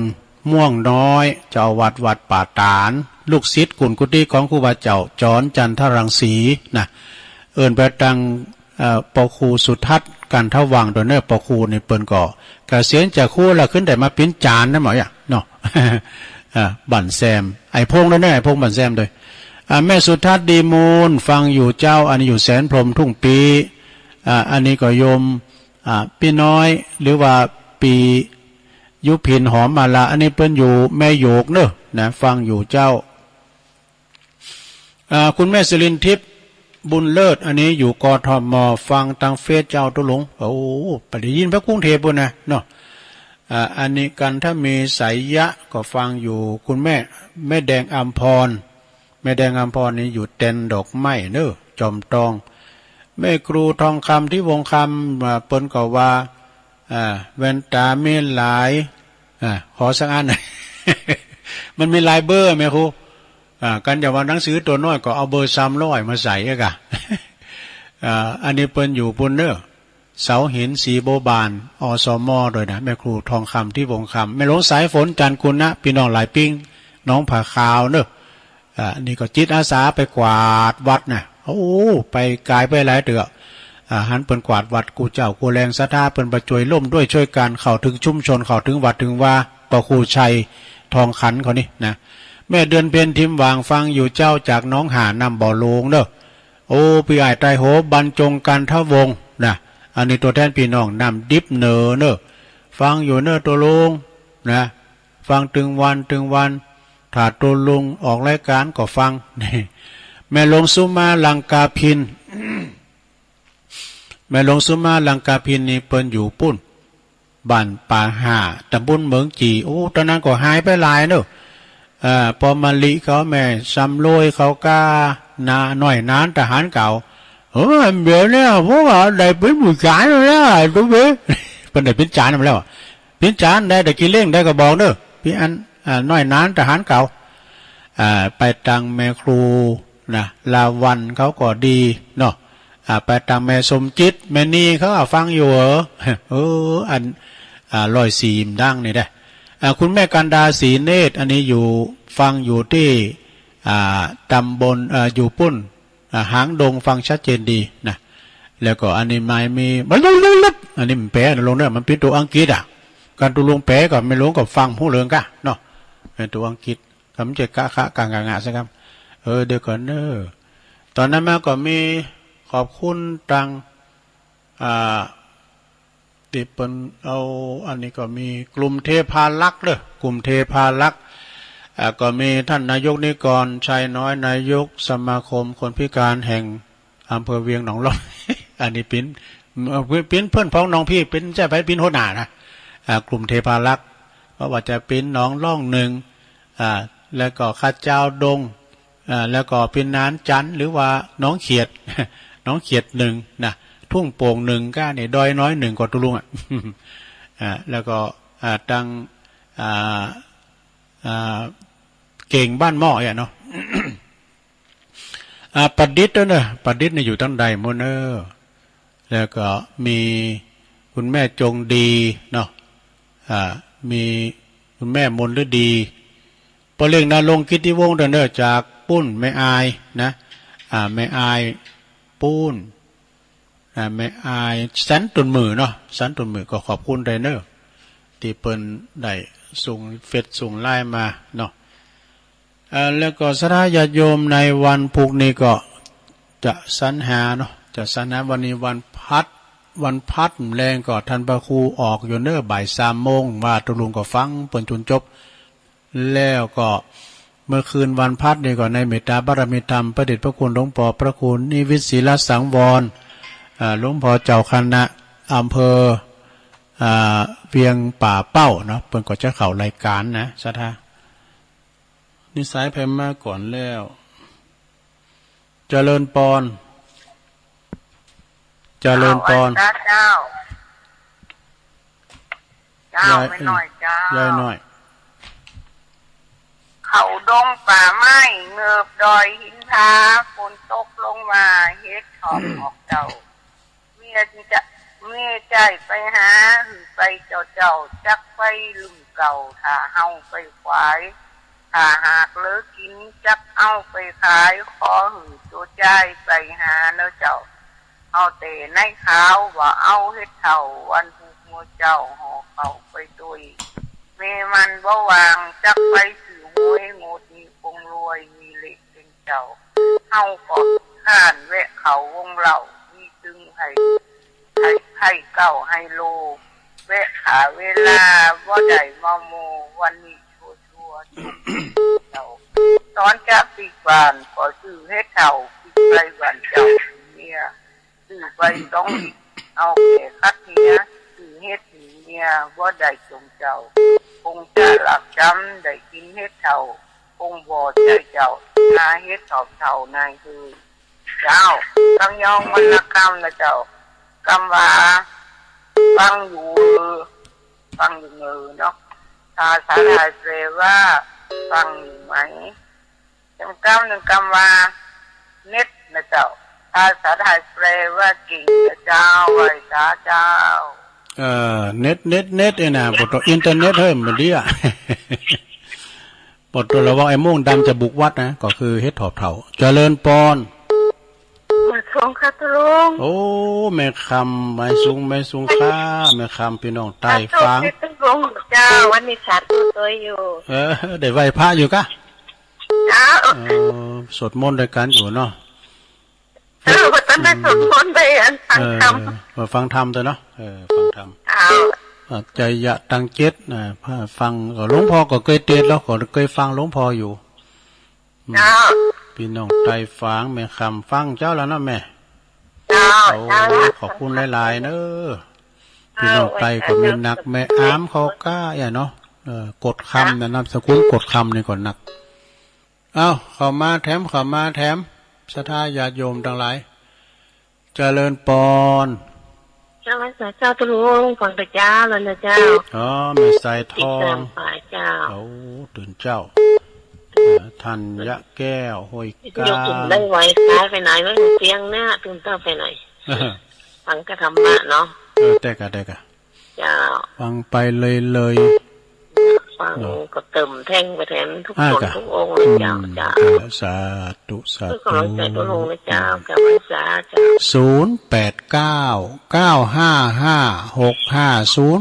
0899556506เจริญปอนกราบนมัสการครับตุลุงเป็นนั้นจันนั้นซิกใหม่น้องเขียด1ครับผมฟังเจ้าแล้วเนาะครับผม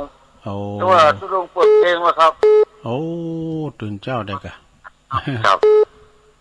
ฟังกับลุงรับแล้วเชื่อตื่นมาก็ฟังก็มันทำก่อมรับด้วยอันนี้ทำไปก็ฟังไปรับไปตื่นมาก็ฟังได้มากอ่ะครับผมขนาดตุลุงติดไม่ได้ฟังเขามาตุลุงอ่ะฟังปันไปเตอติ๊กน้ำพวกก็มาอยู่ขอบคุณเป็นนานเด้อเป็นนานจันน้องเขตน้องป้าสบายบันหุงเนี่ยนะอันนี้ก่อนในกลุ่มเทพารักษ์เหมือนกันเจริญปอนเจ้าพระเจ้าตุลุงวันนี้ก็มีบุญทำวันเหมือนเด้อตื่นขึ้นมาก็ได้ยินเสียงน้ำเสียงธรรมนะเจ้าได้ชูเกี้ยวศิลาพรสิเตี้ยบ้านงละปูนเด้อเจ้าติดตามตุลุงอยู่เด้อเจ้าชัดเจนเลยเนาะชัดเจนดีเจ้าตุลุงดีแล้วฟังไปติดตามตลอดนะเจ้าเด้อขอบคุณหลายๆแม่สุกแก้วศิลาพรเด้อตุลุงสาธุเจ้า 0899555656เจริญปอนตัดได้ตัดยาตั้งหนึ่งโอ้ดูจากเว้งน้องหล่องไปชัยประการบุญแล้วแม่สีทอนะเจ้าแม่สีทอนน้องบัวน้องบัวชัยประการเนาะไฟดับแต่ตัวคุณแต่ขึ้นเราไฟดับอ่ะปุตุซอฮัตตี้เนี่ยปุตุยามเมื่อทำไฟมันดับก็ไม่เปิดเปิดเตออย่างดับอย่างถ้าแบบมันโดนกันดับคุกได้ยินเดี๋ยวก็อย่างฟังบาอาจารย์ไม่ตีอยู่ได้แต่เนี่ยโอ้ดับบุบเขาพูดใจว่าไฟกิ่งก็ดับหมดอ่ะคือใจว่าแล้วกับไฟเนี่ยกับไฟที่เป็นใจพลังอาทิตย์อ่ะไฟไฟชัดเจนดีได้ตลุงโอ้ดีเลยขอบคุณหลายๆนะแม่สีทอนเด้อเจ้าบ้านสาเจ้าก็คือใจว่าบ้านหลังว่าอันคุณเมาแล้วมาจุนเสาไฟฟ้าจ้ามาดึงเกิดไปหมดอ่ะมันยังมาขับรถเหี่ยวล้ำเลยน่ะแต่หืมหุ่นมันดับหลายนะเจริญปอนครับไว้สาธุลุงบุญตันมาแล้วปุตตะพี่น้อง3 หยอดก็เดี๋ยวบุญปันอย่างมากตลอดนะลุงเนอดีครับชัดเจนนี่มาเจ้าเนี่ยลุงนะโทษชัดเจนเลยเนาะยอดนะฟังอยู่ในท่านฟังไปทุกผู้ก็มาอยู่พระธรรมของท่านนี่ยอดเลยวันนี้ทำมันสืบชะตาไปในตัวหรอเนาะอย่าตั้งเจ็ดต้องชัดเจนดีฟังอยู่กำลังใจนะท่านเนอขอบคุณพระบุญตันหนักๆเนอสาธุสาธุ60ผู้ใหญ่ที่ตุลุงเคารพนับถือทั้งทันหนึ่งเจริญปอนครับผมอยู่ด้านใดจ๊ะสีทองไม่สวยครับปอแสวงอ่ะครับการครับผมโอ้ปอแสวงก็โจกดีเดินมาจับจะตีจังเลยปอแสวงมาฟังที่ไหนเลยเอาไปฟังคืนไหนทางจะหายเนี่ยลืมเนาะพี่ยังฟังไหนแต่ก็ดีอ่ะเนาะฟังกันชัดเจนจะดีอ่ะโอ้เป็นคืนหนังบุญญาวาสข้าทางใดมุนเนอตุลุงก็ไม่เคยหูนะฟังชัดเจนดีเนาะฟังไปถึงวันกันเนอะถึงวันอ่ะคืนก็ฟังอยู่ขึ้นแล้วก็ฟังอาจารย์ไม่ตีหอยส้มเปิดโทรไปเมื่อคืนหอยส้มเมื่อคืนนะฟังอยู่ฟังภูมิเจ้าเห็นพวกเจ้าแท้มาอยู่ทั้ง3 เจ้าอยู่เนาะถ้ามันตื่นจังมันตื่นก่อนแล้วก็ว่า10 ลับไปน่ะมันตื่นก่อนแล้วนะพี่ยังตื่นมากกว่าฟังต่ออ่ะขอบคุณพอแสวงนักๆเด้อโอ้สาธุลูกพี่น้องบันไก่นี่น่ะปุตตะแม่สารวยเพิ่นก็นี่น่ะพอแสวงเจริญปอนแม่จ๋าเจ้าคุณแม่เพนะเอาว่าไปเลยแสงไฟสว่างจ้าแสงธรรมะสว่างจ้าสว่างจ้าได้แสงไฟสว่างจ้าได้แสงธรรมจ้าฟังชัดเจนจ้าจะลุงเด้อโอ้เฮ้ยลุงว่าไฟมันหัวมดเด้ขอดาวแกฮะไฟดาวบัดหัวมดเด้ถ้าดับถูกกันหมดแต่ทำบุญดับเหรอดับกาดับหน้ากาปุตโตที่ดูลุงว่าถ้าตัวแผ่นเซลล์เซลล์ได้แต่เป็นเนี่ยเซลล์เซลล์แม่น่ะพอดีปนมาตาในลายจุดโอ้หันมาเยี่ยมดับไปเนาะโอ้ไปดับจะได้มันใจพลังอาทิตย์กันมีมันกับมือตึกบางคันเด้อปวดตุลุงตอนนี้กับมันมีอันพลังแสงอาทิตย์ปวดตรงงุมเตาเจริญปอนไว้สาเจ้าตุลุงโอ้แม่จันเลื่อนใสมาแล้วถ้ามีบ้านเอามาบด7 ตื่นนี้ให้ไปหลัง1 เดือนได้กันได้แล้วตุ๊กจามันก็มาดูหมิ่นไว้เนี่ยเย้ยไว้เนี่ยแล้วจะซิ้มน้ำเดี๋ยวน่ะหาเมื่อจันวันนี้แล้วยังไม่เย้ยไปอยู่นี่เอาดีเป็นเย้ยอะค่ะมันบดชิกอย่างนั้นนี่บดได้กันเนาะเพื่อกับเจอใจอ่ะเนี่ยเจอใจอ่ะเจอใจอ่ะได้กี่วันไม่สิใช่ไหมกันมอง3 ตื่นไปยังไข่กินไข่ใจแล้วเนาะอันนี้7 ตื่นนี่โอ้เหยียดย้ำไปหมดซิกขอบคุณแม่จันหลายๆเนอะ บุญกาสาธุสาธุลายแม่จันก็ย้ำขืนเด้อแม่จันโตลายแม่จันเมื่อคืนแม่เดินเพลินนี่คืนละเจริญปอนแต่สายตาจะลุงแม่ใครแก้วะยาวฟังอยู่เลยโอ้หายหนาหายตาไปหนักไปมึนนี่แม่ไข่แก้ววงคำบกก็หาตรงน้ำสถานเป็นวันที่7นี่ที่ไหนวัดมอนมาหินวัดมอนวันที่7เนาะได้วัดมอนได้กันวัดมอนมาหินศิลารามถ้าบนพัฒนากันมันอีกนิดนึงวันที่7ก็ตรงกับน้ำดิบหลงเนี่ยกะน้ำดิบหลงน้ำดิบหลงตาตุ่ม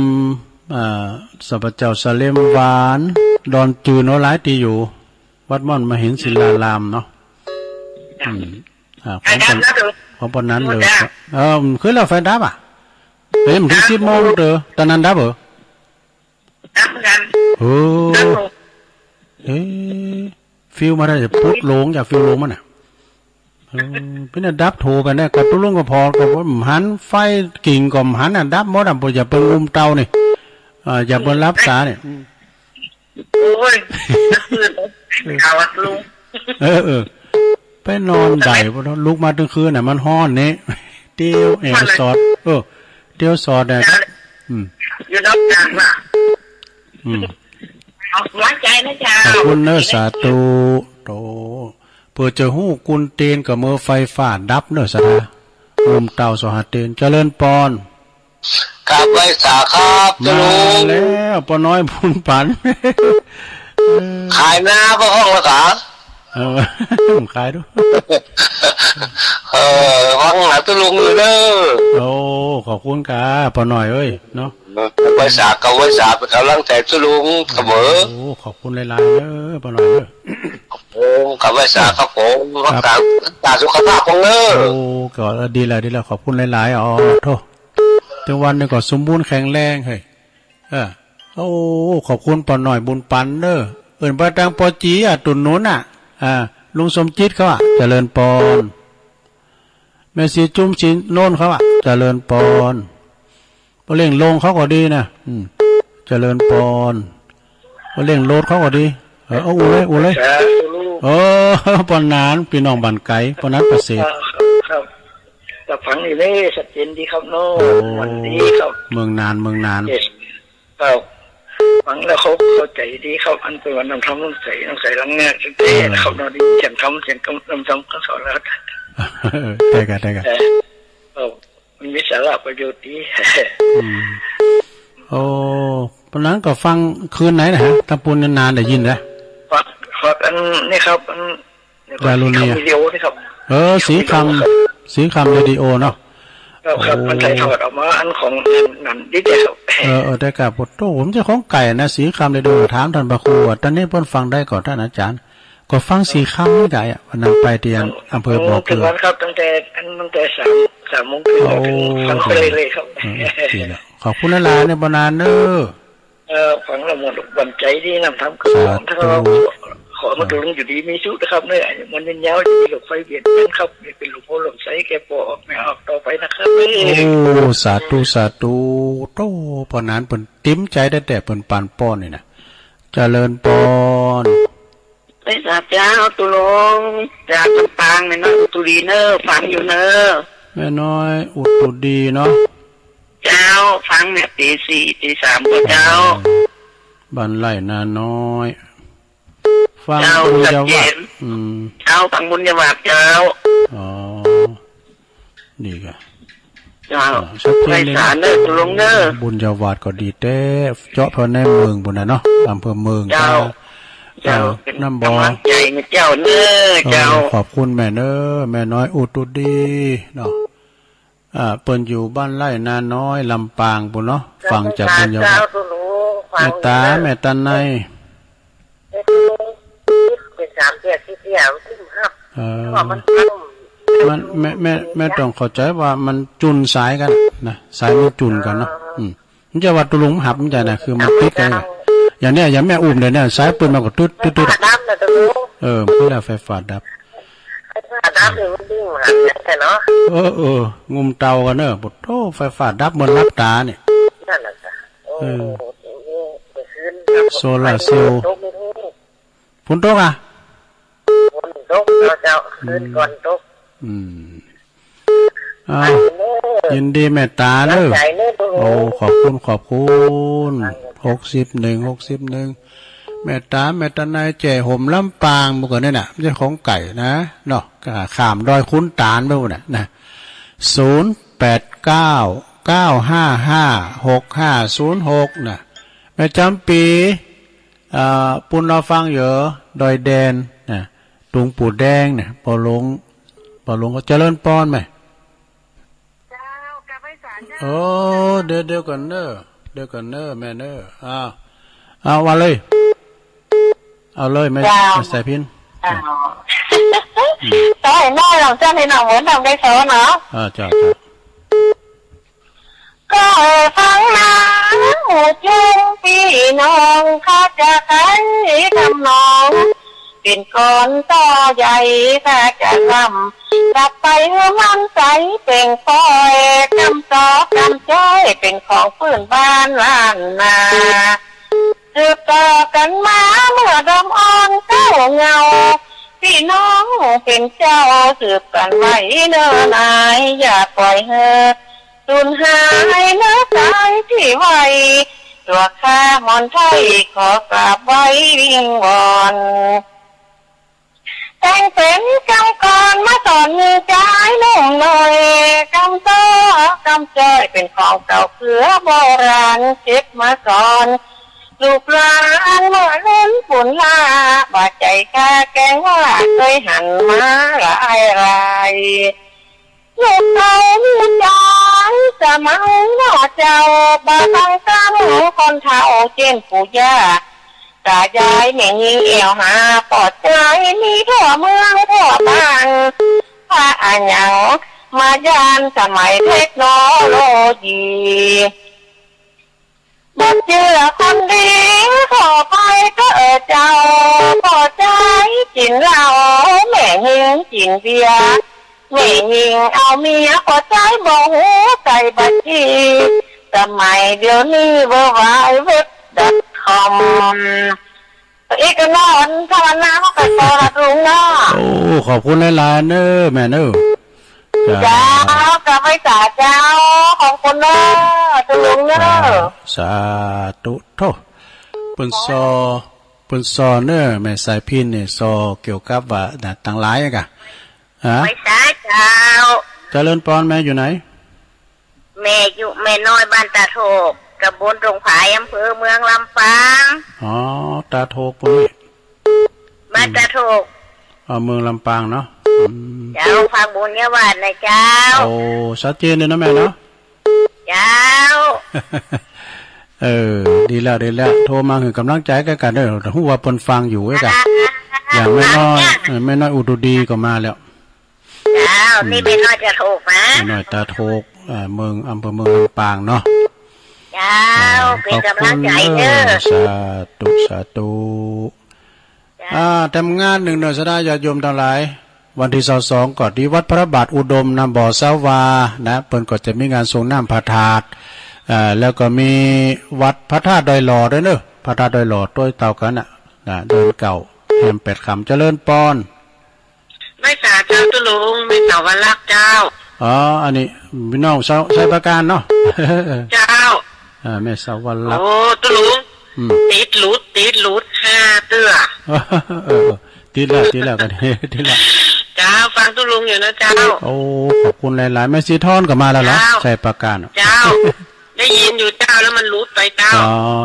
ดีแล้วเจ้าไว้สาเจ้าตุลุงสาธุเนอะเจ้าแม่สาววันหลักชัยประการ22เด้อที่วัดพระบาทอุดมน้ำบ่อสาวาส่งน้ำพระธาตุแล้วก็วัดพระธาตุดอยหล่อโดยวัดบันตินดอยเนาะ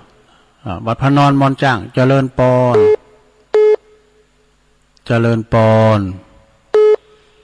ติดแล้วเนอะฮัลโหลสายใหม่เข้ามา เจริญปอน ไปสากับตุลุง โอ้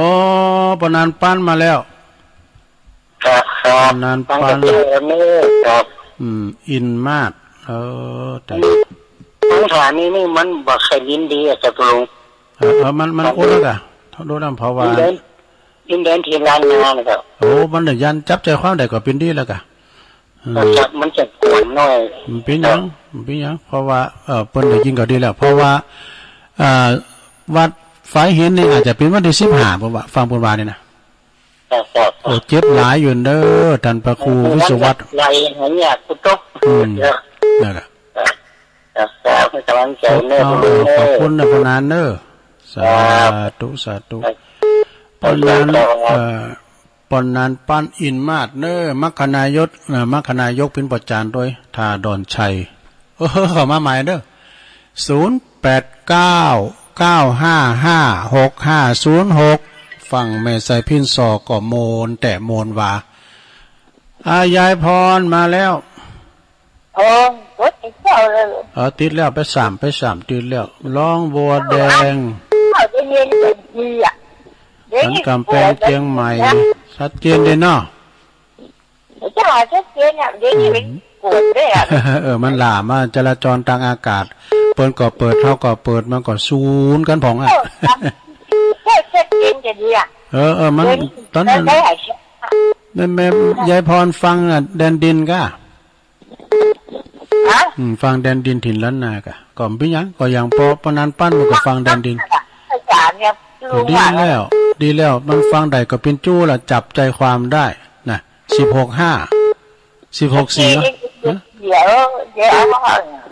ยายพรรับ16ได้หมูเลยเนาะขี้เข่าหลายๆเนอะเอาเจ้าอีกันบ่บุกโทรมาหมายจะบุญทักษาเนอะโทรมาติดกับเป็นจู้ล่ะเปิ้นโทรกันเจ้าอย่างติดเด้อ0899556506เหลือทำ10 นาทีเจริญปอนไว้สาครับตุลุงครับผมปอยันนะปบุญศรียันนะปบุญศรีวันบุตรจะโทรวันหลังไม่หานเพราะว่าวันที่14ทางวัดน้องงานหลวงก็จะมีส่งน้ำพระธาตุครับวันที่หยังวันที่14เดือนก็เป็นครับผม14มิยอเดือนก็เป็นวันที่14แล้วก่อนจะมีพระป่าก็จะตั้งต้นพระป่าลอยฟ้าตัวนะแล้วก็กลางคืนจะมีการแข่งขันบอกไฟดอกตัวครับแข่งบอกไฟตัวครับนี่บอกไฟดอกตัวแต่วันบ่มีตัวปีนี้ไม่สดแล้วก็วัดเนี้ยก็วัดเนี้ยก็ป่ะวัดเนี้ยก็วันที่14ครับวัดเนี้ยก็วัดห้องหานะครับวัดห้องหาหลวงครับวัดห้องหาหลวงครับท่านพระครูอันกิติยาวิชัยเพิ่นจะมีตั้งต้นพระป่าลอยฟ้ากับวันที่11ผู้เขาจะไปเริ่มแปลงแล้วครับเริ่มแปลงต้นพระป่าไม่สร้างเป็นเล่มก่อนนะครับโอ้บอกไฟโลงบอกไฟใหญ่จะได้ประกาศเลยครับผมครับติดตามตลอดนะครับ แต่มันโทรยากหน่อยเป็นยังติดแล้วไม่ศึกษาครับเป็นกำลังใจนะครับจะผู้จะประกาศแล้วครับศึกษาครับผมป่อบุญศรียานนะเด้อฝากประกาศงานมาโดยเมตตาพระธรรมอาจารย์ท่านพระครูกิติยาวิชัยเจริญปอนครับน้ำอาจารย์ครับวันนั้นจันครับผมห่วยปิงเนาะตัวแทนพี่น้องกญครับห่วยปิงตุงโหดจ้าครับผมฟังเจ้าแล้วนะวันนั้นเนาะครับดีครับลุงจะมาที่วัดบ้านปางนี่มันไปตอนบ่ายวันที่9ตอนบ่ายนะครับเราจะนอนหัน2 คืนนอนนี่เนาะถ้าอย่างผมจะไปแบบทุกพ่อนอนด้วยกันพวกอะเอากล้วยมาให้ตุลุงมีอะไรให้ถอบ่ะนอนในกันพวกอะเนาะที่นอนกว้างบ่เลยบ่เตอเนาะขอบคุณวันนั้นจันเด้อปากกันเด้อ90 11ที่วัดบ้านปางเนาะก็ ตุลุงจะไปวันที่เก่าตอนบ่ายเนาะยังได้รับความอนุเคราะห์จากลุงป๋าจะเอารถเครื่องไปส่งอ่ะโตรถซูซูกิเปิ้นน่ะนั่งไปเอารถเครื่องไปส่งเจริญปอนรุดไปมาใหม่0899556506เอาสัก5 นาทีมีอยู่ก็เบอร์ที่23นะเจริญปอนเจริญลุงโอ้ทำนี่ม่วนเนาะไม่หอมอ่ะไม่หอมอ่ะแม่แล้วแม่จันหอมไม่หอมมีมานี่ปังก็ลุงฉันก็ลุงกับปังก็ลุงอ่ะปังก็ลุงกันเนาะจะขึ้นไปดับเนาะจำปุ่นนับดับโอ้โหมึนอย่างทุลุงมานอนมาน่ากะโอ้ทุลุงปอนนี้ไปนอนหงโลงหมดละไฟฟ้ามาก่อนเลยปีกมานอนที่เก่าอ่ะแล้วจะไปนอนวันต่างวันไหนก็วันที่เก่าตอนบ่ายวะ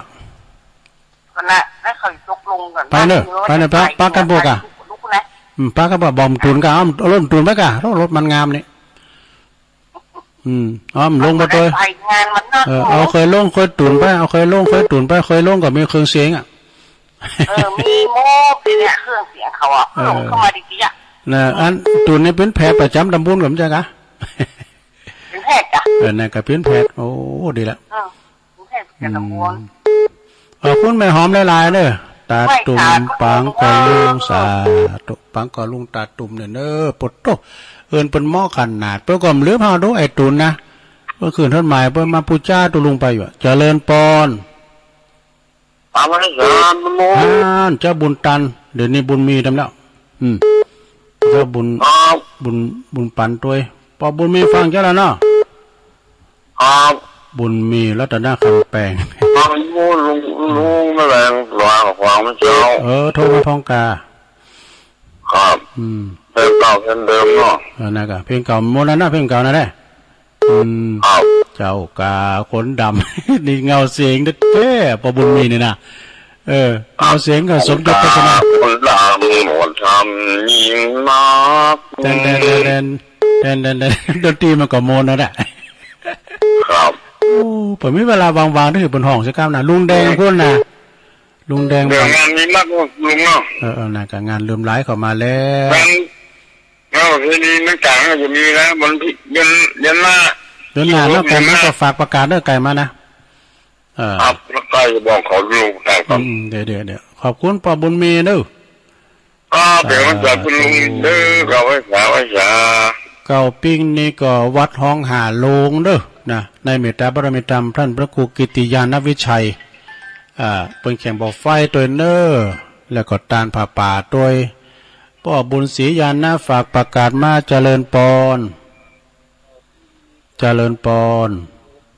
สาธุปคน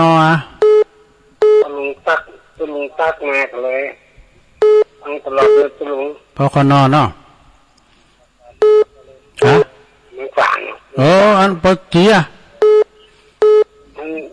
มันไหลปงขาปอสมจิตปอสมจิตฟังอยู่ตลอดนะทุกคนดีกะอยู่บ้านเนี้ยก็ปอบ้านปงผาปงพายปงผาเนาะครับผมปงผาฟางเนาะใกล้ไม่ถึงน้อยนะปงผาฟางปอสมจิตสีใจเนาะนั่นแหละครับลืมแล้วเจ้าก็โต้งหาแล้วปจีเขาน่ะตุ่นนุ้นน่ะเนาะคิดจะลุงตักมาเลยมารับพาดพิงไปหาก็ตักมาแล้วก็โทรมากะครับผมคุณปอเนี่ยมาเข้าเนี่ยติดแล้วเหรอขอบคุณปอสมจิตเด้อปงผาฟางเนาะสาธุพี่น้องตั้งองค์ขาลงในเมืองเดิมได้ยินเนาะโทษกันเปิ้นฟังทางเฟซทางไลน์เปิ้นแปลงแล้วเด้อนะโทษกันหมู่นี้ได้ยินนะซ้ำบทโตซ้ายซ้ำแน่นกะรอยสาเกตกาสันทรายกานะสันกำแพงหมู่นี้เปิ้นหับได้แต่ฟังซอสแชทได้โดแม่พรวันเอาให้ได้อีกเนาะสดาเนาะมาแล้วกำสายสุดท้ายเจริญปอนแม่เจ้าแม่อยู่ไหน อยู่ลำปางเจ้าพระบาทแม่หยังแม่สุชาดาแม่สุชาดาเนาะเจ้าอยู่บ้านพระบาทเนาะเจ้าทางทุกวันเจ้าตั้งแต่ตี 3โอ้ดีกะพระบาทลำปางก็ผู้ก็มาอยู่เริ่มผู้ก็ฟังดำเด้อเจ้าขอบคุณนะแม่สุชาดาเด้อจบที่แม่สุชาดาปิดท้ายโต้ได้26 สายกันเนอะสนาเนอะก็ขอสรุปสายว่ายายน้อยกาดนัดเปิดมาหำเรื่องเพชรถอบเถ่า ระวังไอ้โม่งดำจะบุกวัดยายน้อยกาดนัดนะแล้วก็มีแม่คำพี่น้องใต้ไม่สุงคาฝางแม่สายทองหวยการตัวแทนพี่น้องหวยการเนี่ยปนานจันจากพี่นานจันเด้อน้องเขต1เด้อนานซิกใหม่แล้วก็แม่สุกแก้วศรีลาพรนะแม่สีทรน้องบัวชัยปราการปอบบุญตันป่าไร่จะได้ซ้ำยอดปแสวงสีต้อยอำเภอแม่สาลวยแม่เพนขาวเตี้ยจากตาจ่างเวงน้องหล่องคนสู้ชีวิตแม่จันเลื่อนใสเนื้อเวงตาการแม่ไข่แก้ววงคำโบกขอหานะวันที่7นี่ก็วัดมอนบะหินเด้อนู่งานประเพณีทรงน้ำพระธาตุไปต่างงานพี่นานบุญเลิศตุ้ยใหม่ครับบุญนะปอจานปอน้อยบุญปั่นมาโนคอนเสาเห็นฟางขอบคุณปอน้อยเด้อเมปอนานประเสริฐนาน้อยนาแดงจากเมืองนานฟังสีถ้อยเนาะแล้วก็แม่น้อยอุตุดีมาจากบ้านไร่นาน้อยจากลำปางฟังบุญยาวาดแม่ตาแม่ตันนายแจ้ห่มลำปางแม่สายพินกระยาเปิ่นมาซอหำซอรูมนแล้วก็แม่น้อยบ้านตาโจกอำเภอเมืองลำปางเด้อแล้วก็แม่สวรรคชัยปราการนี่ปนานปานอินมาจากท่าดอนชัยจากอำเภอแม่ทายายพรร้องวัวแดงเด้อสันกำแพงเชียงใหม่ป้อบุญศรียานะ14 มิถุนาเก่าปิงก็ฝากประกาศเพื่อจะทรงน้ำพระธาตุเนื้อวัดห้องหาโลงมีแข่งบอกไฟมีตอดผ่าป่าโดยเมตตาบารมีตามอาจารย์ท่านพระครูกิติยานวิชัยนะเจ้าอาวาส